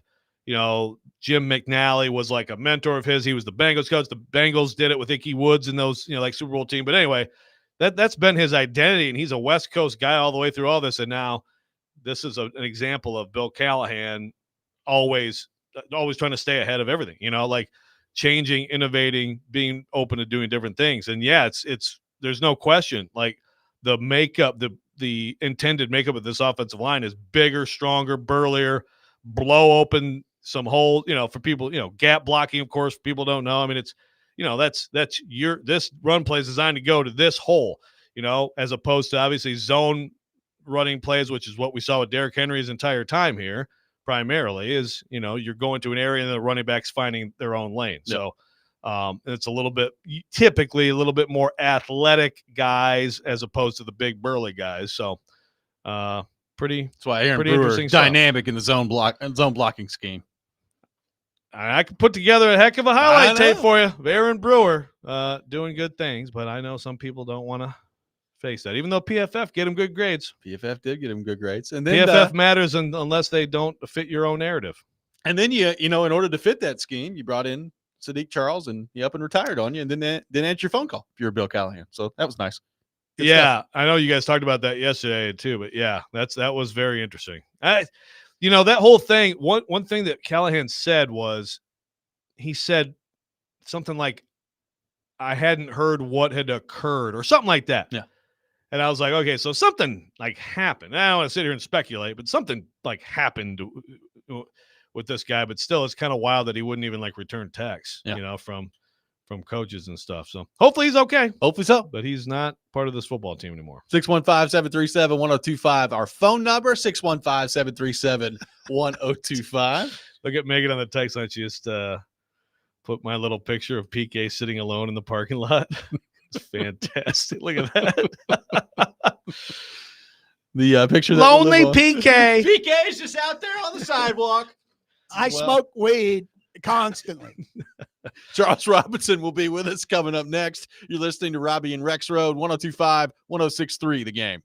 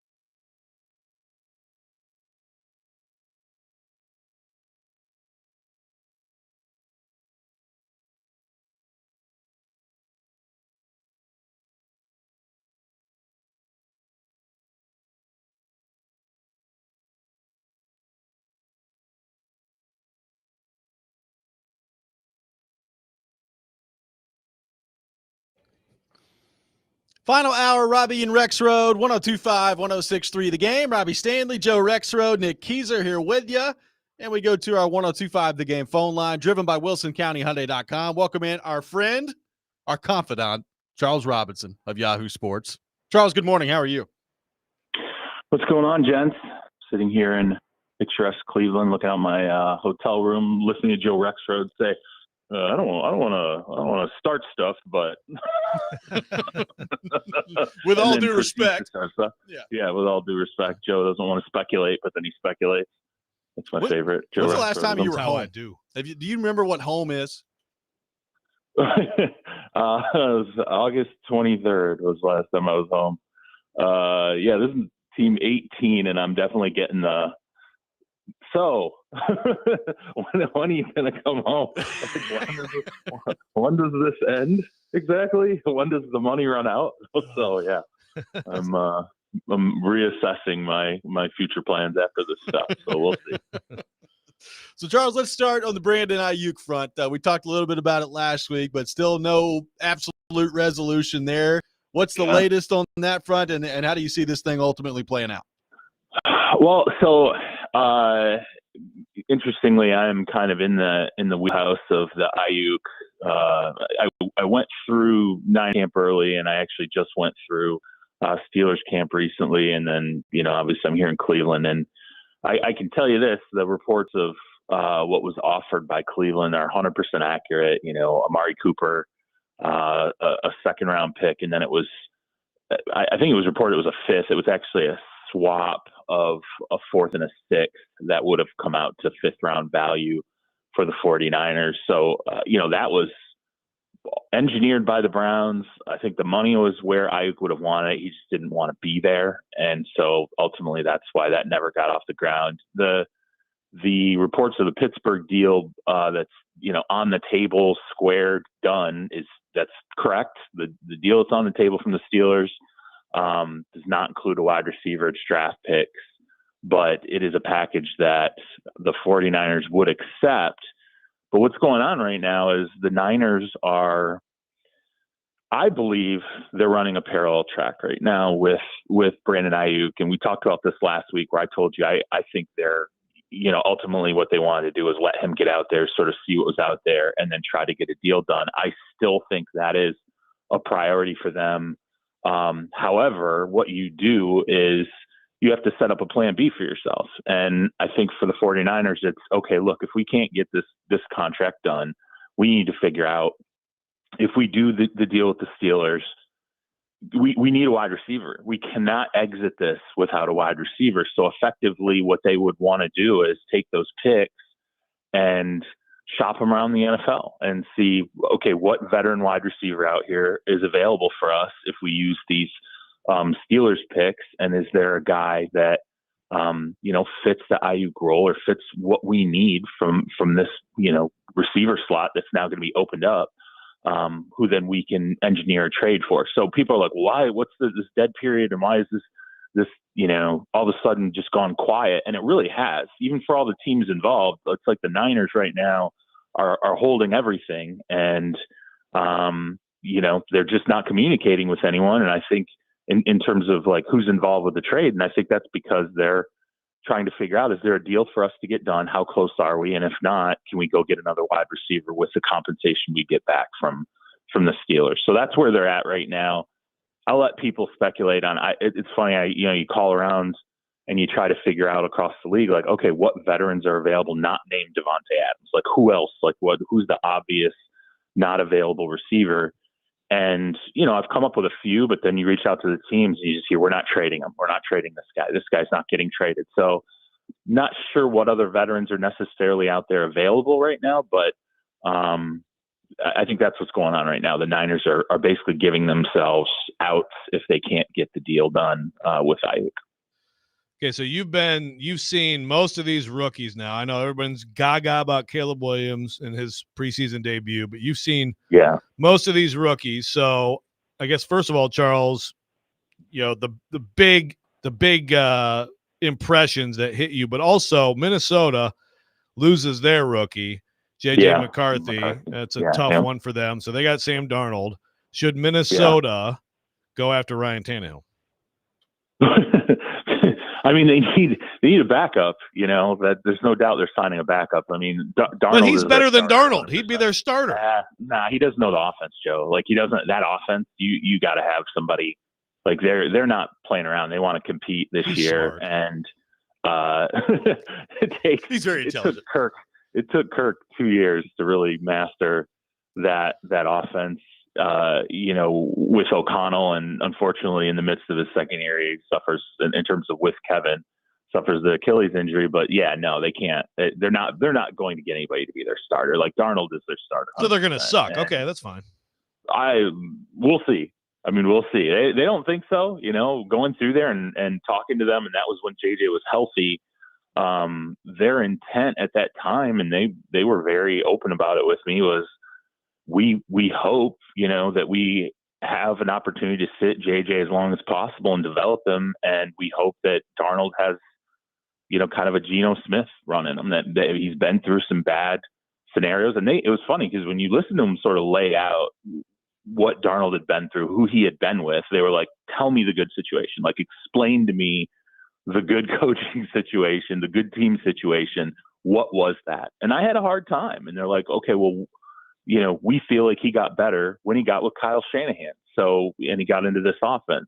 I think there's belief in him, not long-term, but in terms of what's happening this season. This isn't ideal. They wanted, obviously, to get to McCarthy, I think, at some point this year, but it's not devastating from the standpoint of they were looking at seriously starting McCarthy, when the season, I think the biggest devastation for them is that McCarthy went out there in a preseason game, threw a pick, looked bad, and then quickly improved over the course of the game.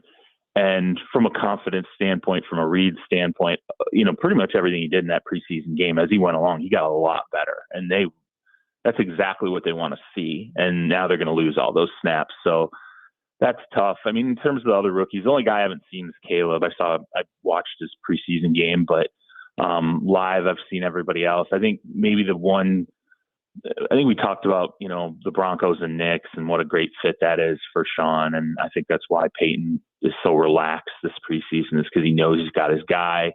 The one that I thought was kind of funny was just seeing Jaden Daniels. I was in camp with them, and then I was in New Jersey for the game against the Jets, and he checked out of he had a screen that they had called, and Jaden sees he's a packed box, and he says, no, I'm going to go ahead and change this play. He was not authorized to change the play because they were starting like a third string guard at tackle.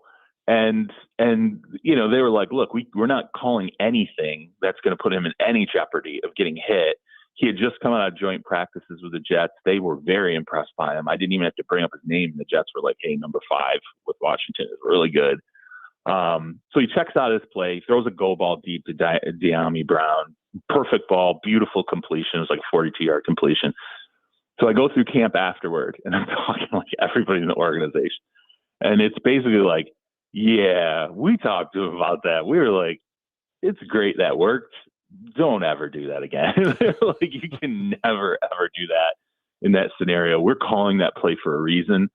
And he knew during the game, he knew he wasn't supposed to do it. He did it anyway. And then he turned to the sideline. I don't know if there was really ever a good shot of it, but he turned to the sideline after the completion, grinning like, I know I'm going to get in trouble for this because I just did something I wasn't supposed to do. I was entertained by it. I think it is something that showcases his competitive nature, but it also showcases how worried I think the Commanders are about making sure they keep him safe behind that offensive line. So all the rookies, I'll say this about that class, that first-round class, so far, they've all shown like positives. Like, you're like, oh, you see flashes. Drake May is the one where you're a little nervous, but I still think he hasn't gotten enough time to really showcase some of the concern that I think is coming out of there. But there's been upside, and it was a super long answer. One quick conversation I had with a GM where I said, this doesn't look like, at least in the early going, it's more positive than the 2021 class that had all those, busts. And his GM was just like, I'm telling you, he's like, I swear that class was ruined by COVID. He was like, we had such a hard time getting to know the players that were getting selected. And he was like, and it wasn't just quarterbacks. He was like, it was across the board. You had a really hard time getting to know the mentality and the mindset and a lot of the intangibles with players because of COVID. And he was like, that's why I think so many people made such massive mistakes in that draft. Charles Robinson with us here on Robby and Rexrode. So, Charles, the Hassan Reddick situation seems very on brand for the New York Jets. Yeah. It feels like if anybody can find a way to screw something up, they do. So they make the trade a few months ago for Hassan Reddick, and now they can't even get him to come inside the building, and they're at a standoff. They've said they're not going to trade him, but he has requested the trade officially. How do you view this situation, and how do you see this one playing out with Hassan Reddick and the Jets? Well, first off, just from talking to multiple people involved in this, remember there's really 3 teams involved because, well, there's 2 teams involved because the Eagles are sitting there going, well, this is a 2026 pick that we could have graduate into a second rounder from a third rounder. So they have a vested interest too. And this getting worked out. They need Hassan Reddick on the field for the Jets to meet performance qualifiers that would push that pick up. But I think, number one, it showcases why this ended up being a 2026 pick in the first place. That's way down the road. I think the Jets made the trade knowing we don't have the contract in place that he wants yet. We're going to work on it once we get this deal done, but let's make sure we mitigate the risk by pushing the pick way down the road. I think what I was told, like really just from talking to everybody involved in this thing, what ended up happening was they deal for him. He comes in, he does the press conference, says, positive things. Seems like, okay, they're in the right direction here. Takes his physical, everything's good. When he left the building, that was it. He never came back. He didn't come back for anything in the off-season program, literally nothing. And I think all of a sudden the Jets are sitting there going, wait a minute, like that's not how this was going to go. Like that's not how this was supposed to go. Like we had confidence that we were going to do this deal. He was going to be in for the off-season stuff, and we were going to negotiate, over the course of the off-season, and then if necessary into training camp to get this deal ultimately on the rails. And then I think once he wasn't showing up, the Jets are like, wait a minute, we can't do we didn't trade for a guy to have him hold out. We traded to be able to do a good faith negotiation with him in the building.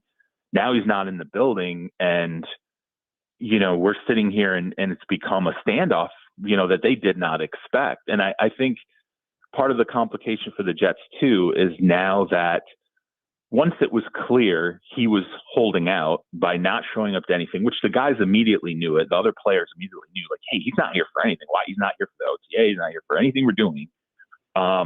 Is this already a holdout? We just trade for a holdout. And the Jets are in the position where they're like, they know there are other guys on the roster who would love to have their deals redone. And they are in the classic position. This is across the NFL. This happens every single year. It's okay. Now what do we do? Because if we give this guy an extension, when he clearly held out, and said, I'm not taking part in anything, what are we going to do inside our own locker room with other individuals who now want deals, but did show up? And who we have not done deals with yet, or future deals, whether it's Sauce Gardner or Breece Hall or whoever else, all these other extensions we got to do. What message are we sending that, hey, all you got to do is hold out and then you get what you want? So, yeah, I mean, it's a bit of an ugly standoff. And I think I'm just telling you from talking to everybody, it feels like it's going to go all the way to the regular season. And then he's going to have to make a decision. It's going to be what I kind of termed a Chris Jones decision, where it's, do I miss a game check? And then we wait and see what the pass rush looks like. And is that where I regain leverage? Because right now he just doesn't have leverage. He's going to continue to be fined $50,000 a day. It's going to be, north of $2 million by the time the season starts. And then we're talking game checks. At some point he's got to make a decision here, and he can't sit out the year because his contract tolls. It's the same deal then in 2025.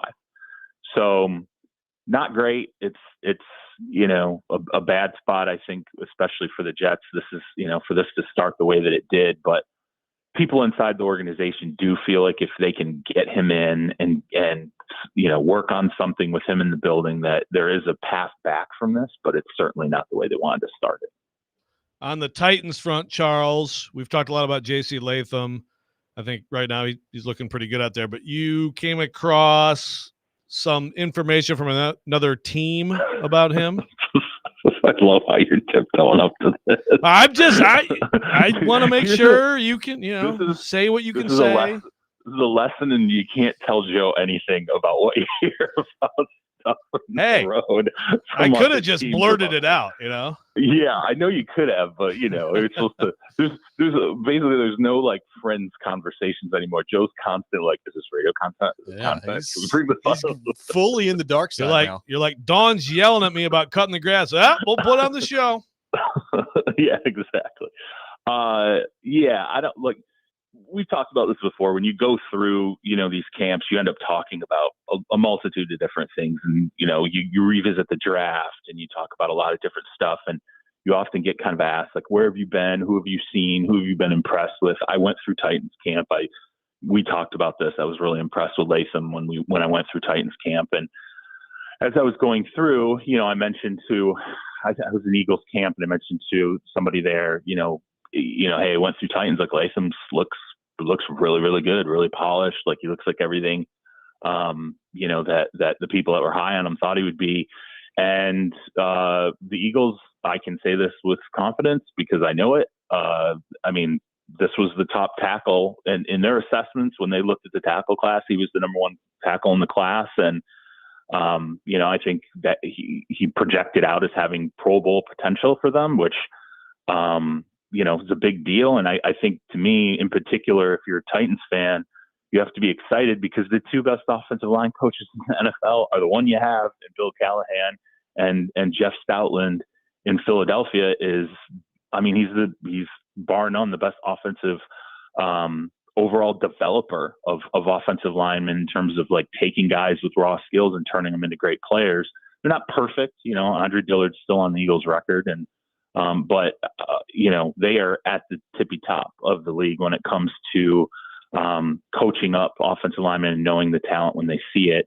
And so I'd be pretty psyched if I was a Titans fan, knowing that, hey, if there's one other team where I care about their opinion of the guy we took with our first round pick, it being a tackle, it would be the Eagles. So I thought that was very notable. I mentioned it to Joe, and Joe immediately was like, we got to get that on the show. And then you just said everything. I thought you had to be like careful, like, well, it was an NFC East team. It's what I hate. Of course, you always are like, you have to tippy toe around this kind of, but if my guy at the Eagles is upset, I'm going to be like, what? You're upset that I said a good player? You thought he was a good player? You got to get this running on Philly Sports Radio. Yeah. See if there's some fallout there. Yeah, exactly. No, I think the thing is too, they're fine on the offensive line. So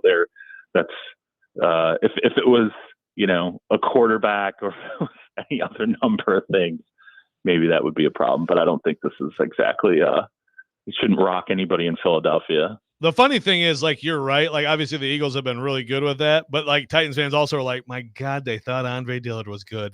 Are we sure that they know what they're doing? They do. But the thing about Dillard, though, people want to be like have revisionist history on that guy. A lot of teams loved him. Like he didn't work out, but especially as a past tactician and what he brought to the table, from a tool standpoint in the passing game, there was an overwhelming number of NFL teams were in love with him. But I also think there was a time too with Andre Dillard where we were entering into a phase, and I would say Dillard was probably, we were into it at that point, but he was a very good example of it, where NFL teams were becoming acquainted with, hey, these guys don't know how to play offensive tackle in every single phase. And we have to, teams started to realize we have to be far more careful about this idea of taking, toolsy pass blocking offensive linemen, because they may not have what it takes to be, a run blocking lineman, or they may not have these other sort of mentality traits to round out and be complete offensive linemen, or they just don't have the reps that look like normal offensive reps in the NFL. And I think, Dillard was one of those guys where, there were just a few missing pieces, and then it was obvious pretty quickly that, there's some missing stuff here that's not going to be easy to ultimately develop. But, we look back because Dillard, ended up being a bust. But again, I remember that draft, and teams loved him up and down, that first round. So he's I don't want to let anybody off the hook on that one. That was definitely one where plenty of teams would have missed on him. Hey, Andre Dillard's still turning it out up there in Green Bay, baby. It's gonna be a right. breakout year for him. He's still in the league, right? He's still in the, and that's the funny thing too, is it shows you at least athletically what he brought to the table, that he continues to get chances over and over, and it just hasn't worked. And yet that shows you that, I don't want to say desperation, but teams need offensive linemen, and anyone who's got any skill set they bring to the table that is even modestly attractive and makes them, at worst, a depth tackle, they'll last a long time. I'll bet you that guy will be in the league. I mean, he may run the typical upside first round career length. I mean, he could be in the league a dozen years by the time it's over. And then at that point, I don't want to say you tip the cap is what you picks, do. You tip the cap. Well, yeah. Let's be real here. And I've had this argument with people before about what is a quote unquote failed draft pick? Sure, he didn't live up to his first round expectations, but I'm going to tell you right now, any player who lasts in the league 10 years or 12 years, that's not a busted. I mean, maybe they didn't live up to the ceiling that people had on them, but if you last that long in the NFL, you were a pretty good pick, because players don't last that long. It just doesn't happen. You have to have some element of talent or addition that you brought to the table. And I defy anybody to tell me that a 10-year NFL player was a bad pick. Maybe they didn't reach upside, but they were not a bad choice in terms of knowing that they were an NFL talent. Okay, we can scream about this later. Matthew. Okay, I didn't realize that was going to be a fighting point, but I once had a. If you're bad for 10 years, you are not a good pick, Charles. If you can last in the NFL 10 years, I guarantee your bank account tells you aren't a bad true. That is true. Fair. Matthew Judon traded from the Patriots to the Falcons. Is Atlanta the clear favorite in your mind in the NFC South?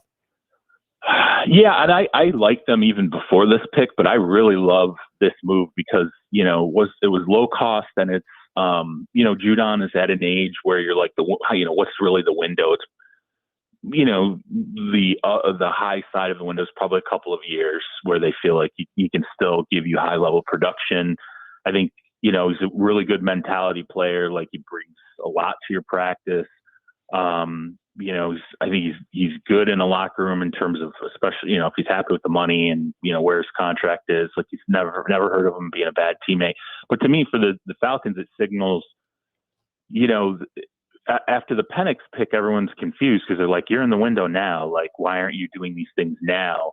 Why didn't you go get a defensive player? Well, guess what they just did? They went and got a defensive player who, by the way, I'm going to tell you, at least out of the box in 2024, is going to be as good as any defensive player they would have drafted at that choice, where they ultimately took Penix. So they kind of double dipped on this one. And, I'm not going to say that was the grand plan, but they seized on it when they saw the opportunity to go and get the pass rusher they needed. And they spent, what was it, a third round pick? Am I right there? Yep. Third round pick for him? Yep. Much cheaper. Now, granted, it's a shorter window, but, I like it a lot for them. And I already thought, especially after being in their camp and seeing their offense, at least offensively, that was the team I really loved. In the NFC South, I think this is a really big addition for them. They needed this piece. They did not get it in the draft, and ultimately they resolved it anyway. So, a feather in their cap, and it's setting up nicely for them the way they've kind of planned out the next couple of years around Kirk Cousins. Charles Robinson, our guest here on Robby and Rexrode, joins us every Thursday morning at 8:00. Charles, thanks as always, my friend. We'll talk to you next week, and enjoy the training camp tour that continues on, my friend. Get home at some point. Yeah, at some point I got to go home. So I don't know. I'll figure it out from here. You guys, is there anything I can do for you here in Cleveland? Yeah, get Jameis food, Winston's autograph for Robbie. He Get- wants Jameis Winston's Get autograph. Jameis Winston's autograph. Get him mic'd up at all times and say hello to our dear friend Mike Vrabel. He really is like Jameis is really the weirdest. Like it's just it's so hard to explain this guy. He will be the quintessential. We talk about like whether or not someone's a busted draft pick. If he wants to be in the NFL 15 years, he will be in the NFL 15 years. People will keep signing him because he's, especially at the backup quarterback position, he has more talent at his fingertips than most other backup quarterbacks. But I have never seen him go into an organization and the organization not be like, everybody loves this guy. Like, there you go. Like every staffer, every player, it does not matter who it is. It's one of the most like interesting things given how his NFL career started. He's a leader, baby. Hey, no, he's amazing. Also, if Vrabel asks what I'm doing with my hands, tell him I'm throwing up double middles from Nashville. Just kidding. Yeah, I will bring up the fact that I'm getting roasted for my take that he was worth a couple first round picks. yeah, there you go. Hey, Mike, you think you can fetch a 6? Thank you, Charles. Yeah, man. Charles Robinson from Yahoo Sports, our guest. Lots that Charles had to say there. We'll react to that coming up next. A lot of Andre Dillard talk here too, which I always enjoy. What a fine day. We've had Andre Dillard and Vic Beasley today on the program. Yes, we have. You just never know. Yes, we have. Robby and Rexrode, 1025, 1063, the game.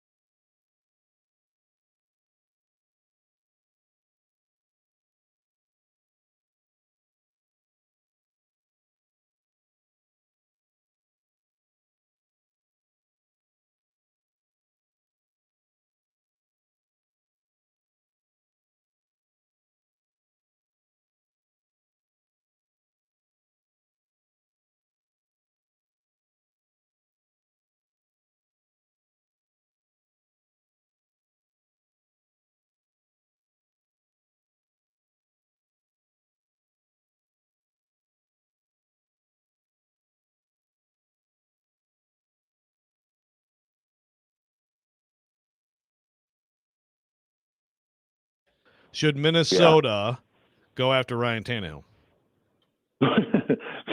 I mean, they need a backup. You know, that there's no doubt they're signing a backup. I mean, Darnold. But he's is better their than starter, Darnold. He'd be their starter. Nah, he doesn't know the offense, Joe. Like he doesn't. That offense, you got to have somebody. Like they're not playing around. They want to compete this year, and he's very intelligent. It took Kirk 2 years to really master that offense. You know, with O'Connell, and unfortunately, in the midst of his second year, he suffers in terms of with Kevin, suffers the Achilles injury. But yeah, no, they can't. They're not going to get anybody to be their starter. Like Darnold is their starter. So they're going to suck. Okay, that's fine.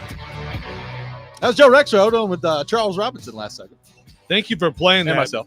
Yes. I was also part of the show. You were part of that. You are on the program. I'm on the program. Thank you for playing that, because someone texted me. They're like, "Oh, it's just like you always make fun of Stilly," you know, because I always say Jared's always like, "He sucks." Yeah, he sucks. Yeah. I want an ice cream. I want a hamburger. He sucks. Right. I did not say a person will suck. I said the Vikings will suck. There's a difference, Kevin. I just got an all caps text from Stilly as you were saying that. The revival of Sammy D, baby. Here it comes. We're going to see it all year long. Yeah, big Sammy D, guys.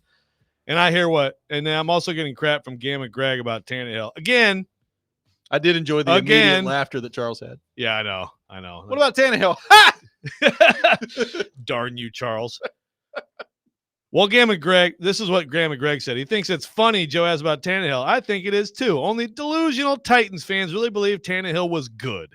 He was a passenger, nothing more. I'm sorry that you don't like football, but still talk about it. Sorry for your trouble. Like, if you watched Ryan Tannehill's entire career here and that's your takeaway, like, I'm sorry that you dislike the game of football so much. Is there a bigger Kirk Cousins, Ryan Tannehill fan than Joe Rexrode? No, but that's the thing. You know, I'm not a huge fan of Tannehill. Is there a bigger combo of the two? Hey, man. I don't think so. I'll send you the link to my column after the Cincinnati game. He completely blew it, and that changed everything. But to suggest that he was just a passenger here was never good is insane. Insane levels of not watching the football or knowing what you're looking at. Like, the guy had, like, his efficiency. Yeah, Derrick Henry's the best player on the team. His numbers in 19 and 20 were absolutely elite level in the NFL, whether you like it or not. Well, and even though Tannehill's career did not go to plan in Miami, he was in the league for more than 10 years. So it worked out really well. Nice. Yeah. Charles, I mean, first off, Ryan Tannehill's bank account would definitely suggest that it's been a very nice NFL career for him. Sure. And he was 12-year guy. So, and not necessarily done. Not necessarily done. Now I hear what Charles is saying. Look, okay, let's put it to you. Totally get it. And we've talked about that before with O'Connell but right now you have a team with, whatever. You have a team, you have an offense, you need a quarterback. You can have, for this year, you can have Sam Darnold or you can have Ryan Tannehill. For this year, I'm going Tannehill. Because, I mean, the argument is always going to be, well, Darnold's younger. Well, that's great if you're talking about like 5-year plan. But for this year, I'm going also Tannehill. Darnold's still not their long-term plan. JJ McCarthy is. So yeah, I would go Tannehill over Darnold. Okay. I know some people who wouldn't, but I would go Tannehill over Darnold. Now, again, I what Charles said there, I don't know. Like, how complicated is the Kevin O'Connell offense to really learn? I have no idea.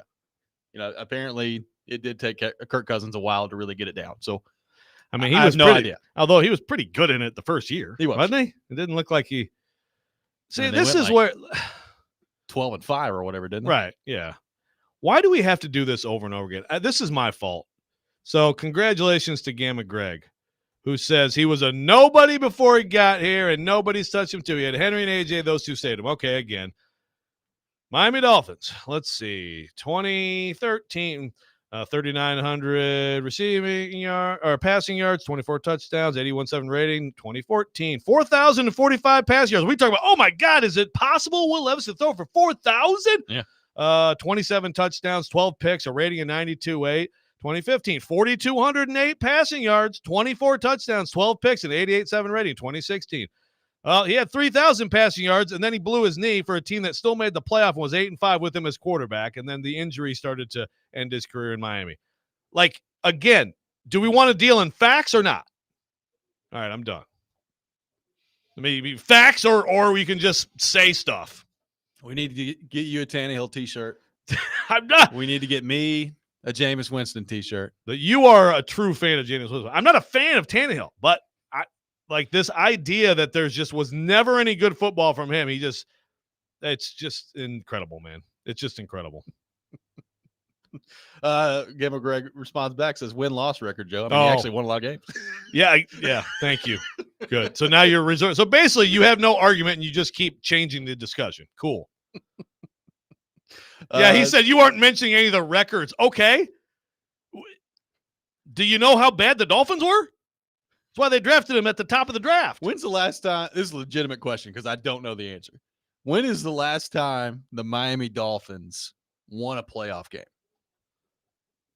That's a very good question. That's quite an organization. Yeah. Compared to what they used to be. I mean, was it Marino? I don't know. Like, I legitimately have no idea the last time they won a playoff game. That's apparently okay. I've just discovered the answer. They have not won a playoff game since 2000. The year 2000, they beat the Colts in the wild card game in December. Who of was 2000. QB? Oh, good Lord. I cannot currently find that information, but I will try to find it. Okay. 2000. The year 2000. The year 2000. 2000. That's special. That's I think about a franchise that has that a storied franchise and how hard they've fallen. It was it was Fiedler. Fiedler was their quarterback. Boy, Peyton, that's a tough one, Peyton. You lost to Fiedler in the playoffs. The year 2000. Amazing. 615-737-1025 is our phone number. We'll have more of your thoughts on the Titans coming up next. Continued reaction to what Charles Robinson's had to say this hour. By the way, if you missed the Charles Robinson interview, you can find it, Robby and Rexrode, wherever you get your podcast, Apple, Spotify, or at thegamenashville.com. You're listening to Robby and Rexrode, 102.5, 106.3, The Game.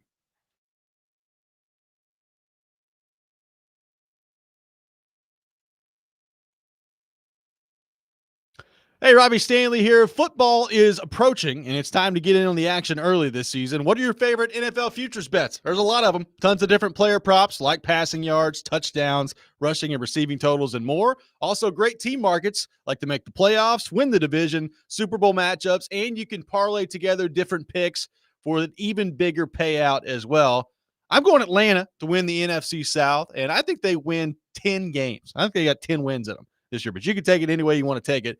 There's no better place to get ready for football season than on a FanDuel, America's #1 sports book and official sports betting partner of the NFL. And new customers, you get $150 in bonus bets if your first $5 bet wins. Just visit FanDuel.com/Rob to sign up today. Must be 21 or older and present in Tennessee. First online real money wager only. $5 first deposit required. Bonus issued is not withdrawable bonus bets that expire 7 days after receipt. Restrictions apply. See terms at sportsbook.fanduel.com. Got a gambling problem? Call the Tennessee Red Line at 1-800-889-9789.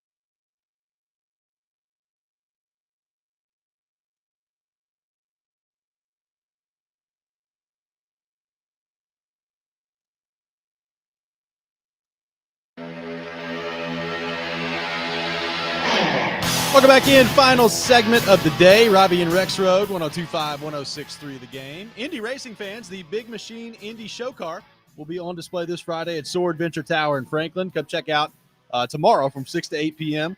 While you're there, register to win tickets to the Big Machine Music City Grand Prix as well. We are live from our Busy Bee Plumbing, Heating, and Air Conditioning Game Nashville studios, home of the $99 yearly Beehive membership, where the buzz is always about great service.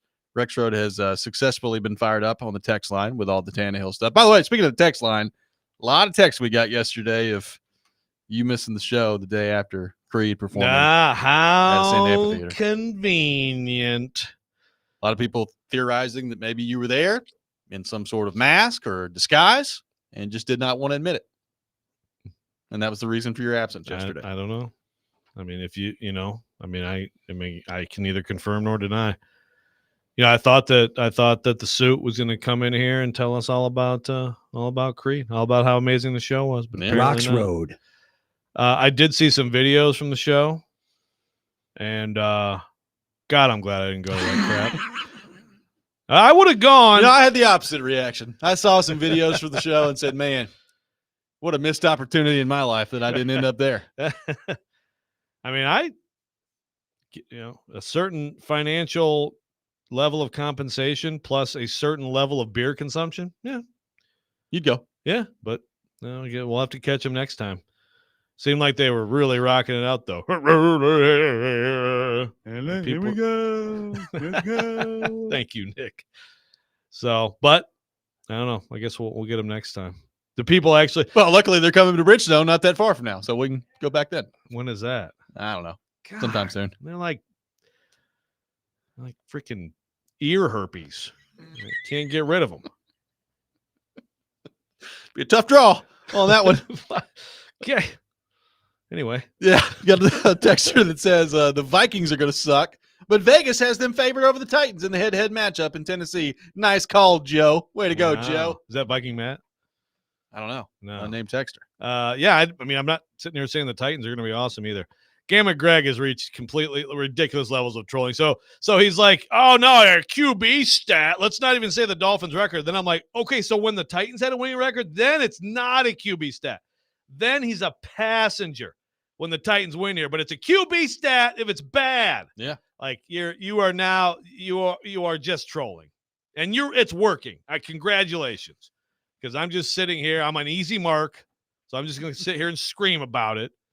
But it's just ridiculous trolling. Day number 2 for the Titans on the field today with the Seattle Seahawks. What will be on the notepad this time tomorrow? What are we keeping an eye on today in day number 2 of padded practice against the Seattle Seahawks?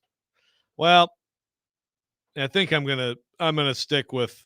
I might have to do the part of the field where I can see both because I do want to watch some of the defense, and I did all offense yesterday. But I also want to carefully track Levis, and that's a writing thing for me, But I mean, the 2 days I think are interesting in terms of like what he does. So I'm mostly watching Levis, the Levis Ridley thing, and I hope I'm wrong on what I thought I saw with Burks, and it's just a cramp and he's back out there. That'd be good for him because he was making plays. He was involved and he was taking advantage of those reps, with those two of the 3 starters out yesterday. And so it'd be good to see him out there making more plays today. Can Levis and Ridley hook up and make a big play or two? Because, obviously there's an emphasis on that, and there's been a lot of discussion of that. I think they're getting a little bit even maybe fatigued on the discussion of it. But it's important. It's really important because Calvin Ridley is not just a deep threat, take the top off the defense guy. He's a fast, quick, explosive, sudden playmaker who should make plays. The Mike DiRocco interview yesterday that you guys did, I thought was really interesting. And he kind of talked about there was some stuff he didn't pick up everything and all that. And I don't know if that's part of this or not, but they need that to not be a thing, right? They need to have the full Calvin Ridley, and I think it could be really good. I think good too. And then, defensively, are there any loud plays from Tavondre Sweat today? Does he make an impact in the scrimmages and the team drills that we see out there? And, on the secondary front too, Diggs and Adams both back out there yesterday against their former team. So, do you start to see Diggs specifically settle in and make some plays for the Titans? That'd be good to see. Obviously things are still new for him here, and we haven't seen a lot of him on the field at this point, but it'd be nice to see him really settle in and start to make some plays back there for the Titans on the defensive side of the ball. Yeah, that's certainly an important thing. How is that?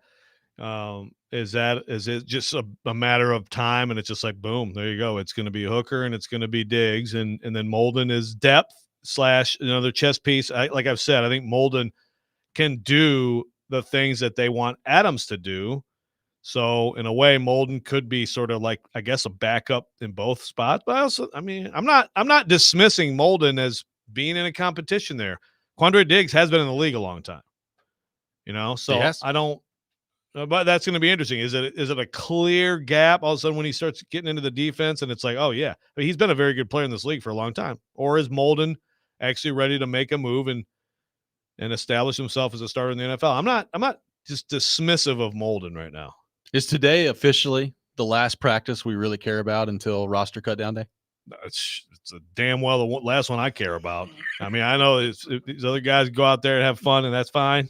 I mean, do whatever you want to do, man. Okay? I forget it every year, and then we get into the midst of it. Training camp is long, man. Long. And again, we had the Olympics this year. I know. We had the Olympics until like 4 days ago, whatever. So I keep waiting on college football, and I look at my phone, I'm like August 15th. Okay. They got some games August 24th, but not really all that many good ones.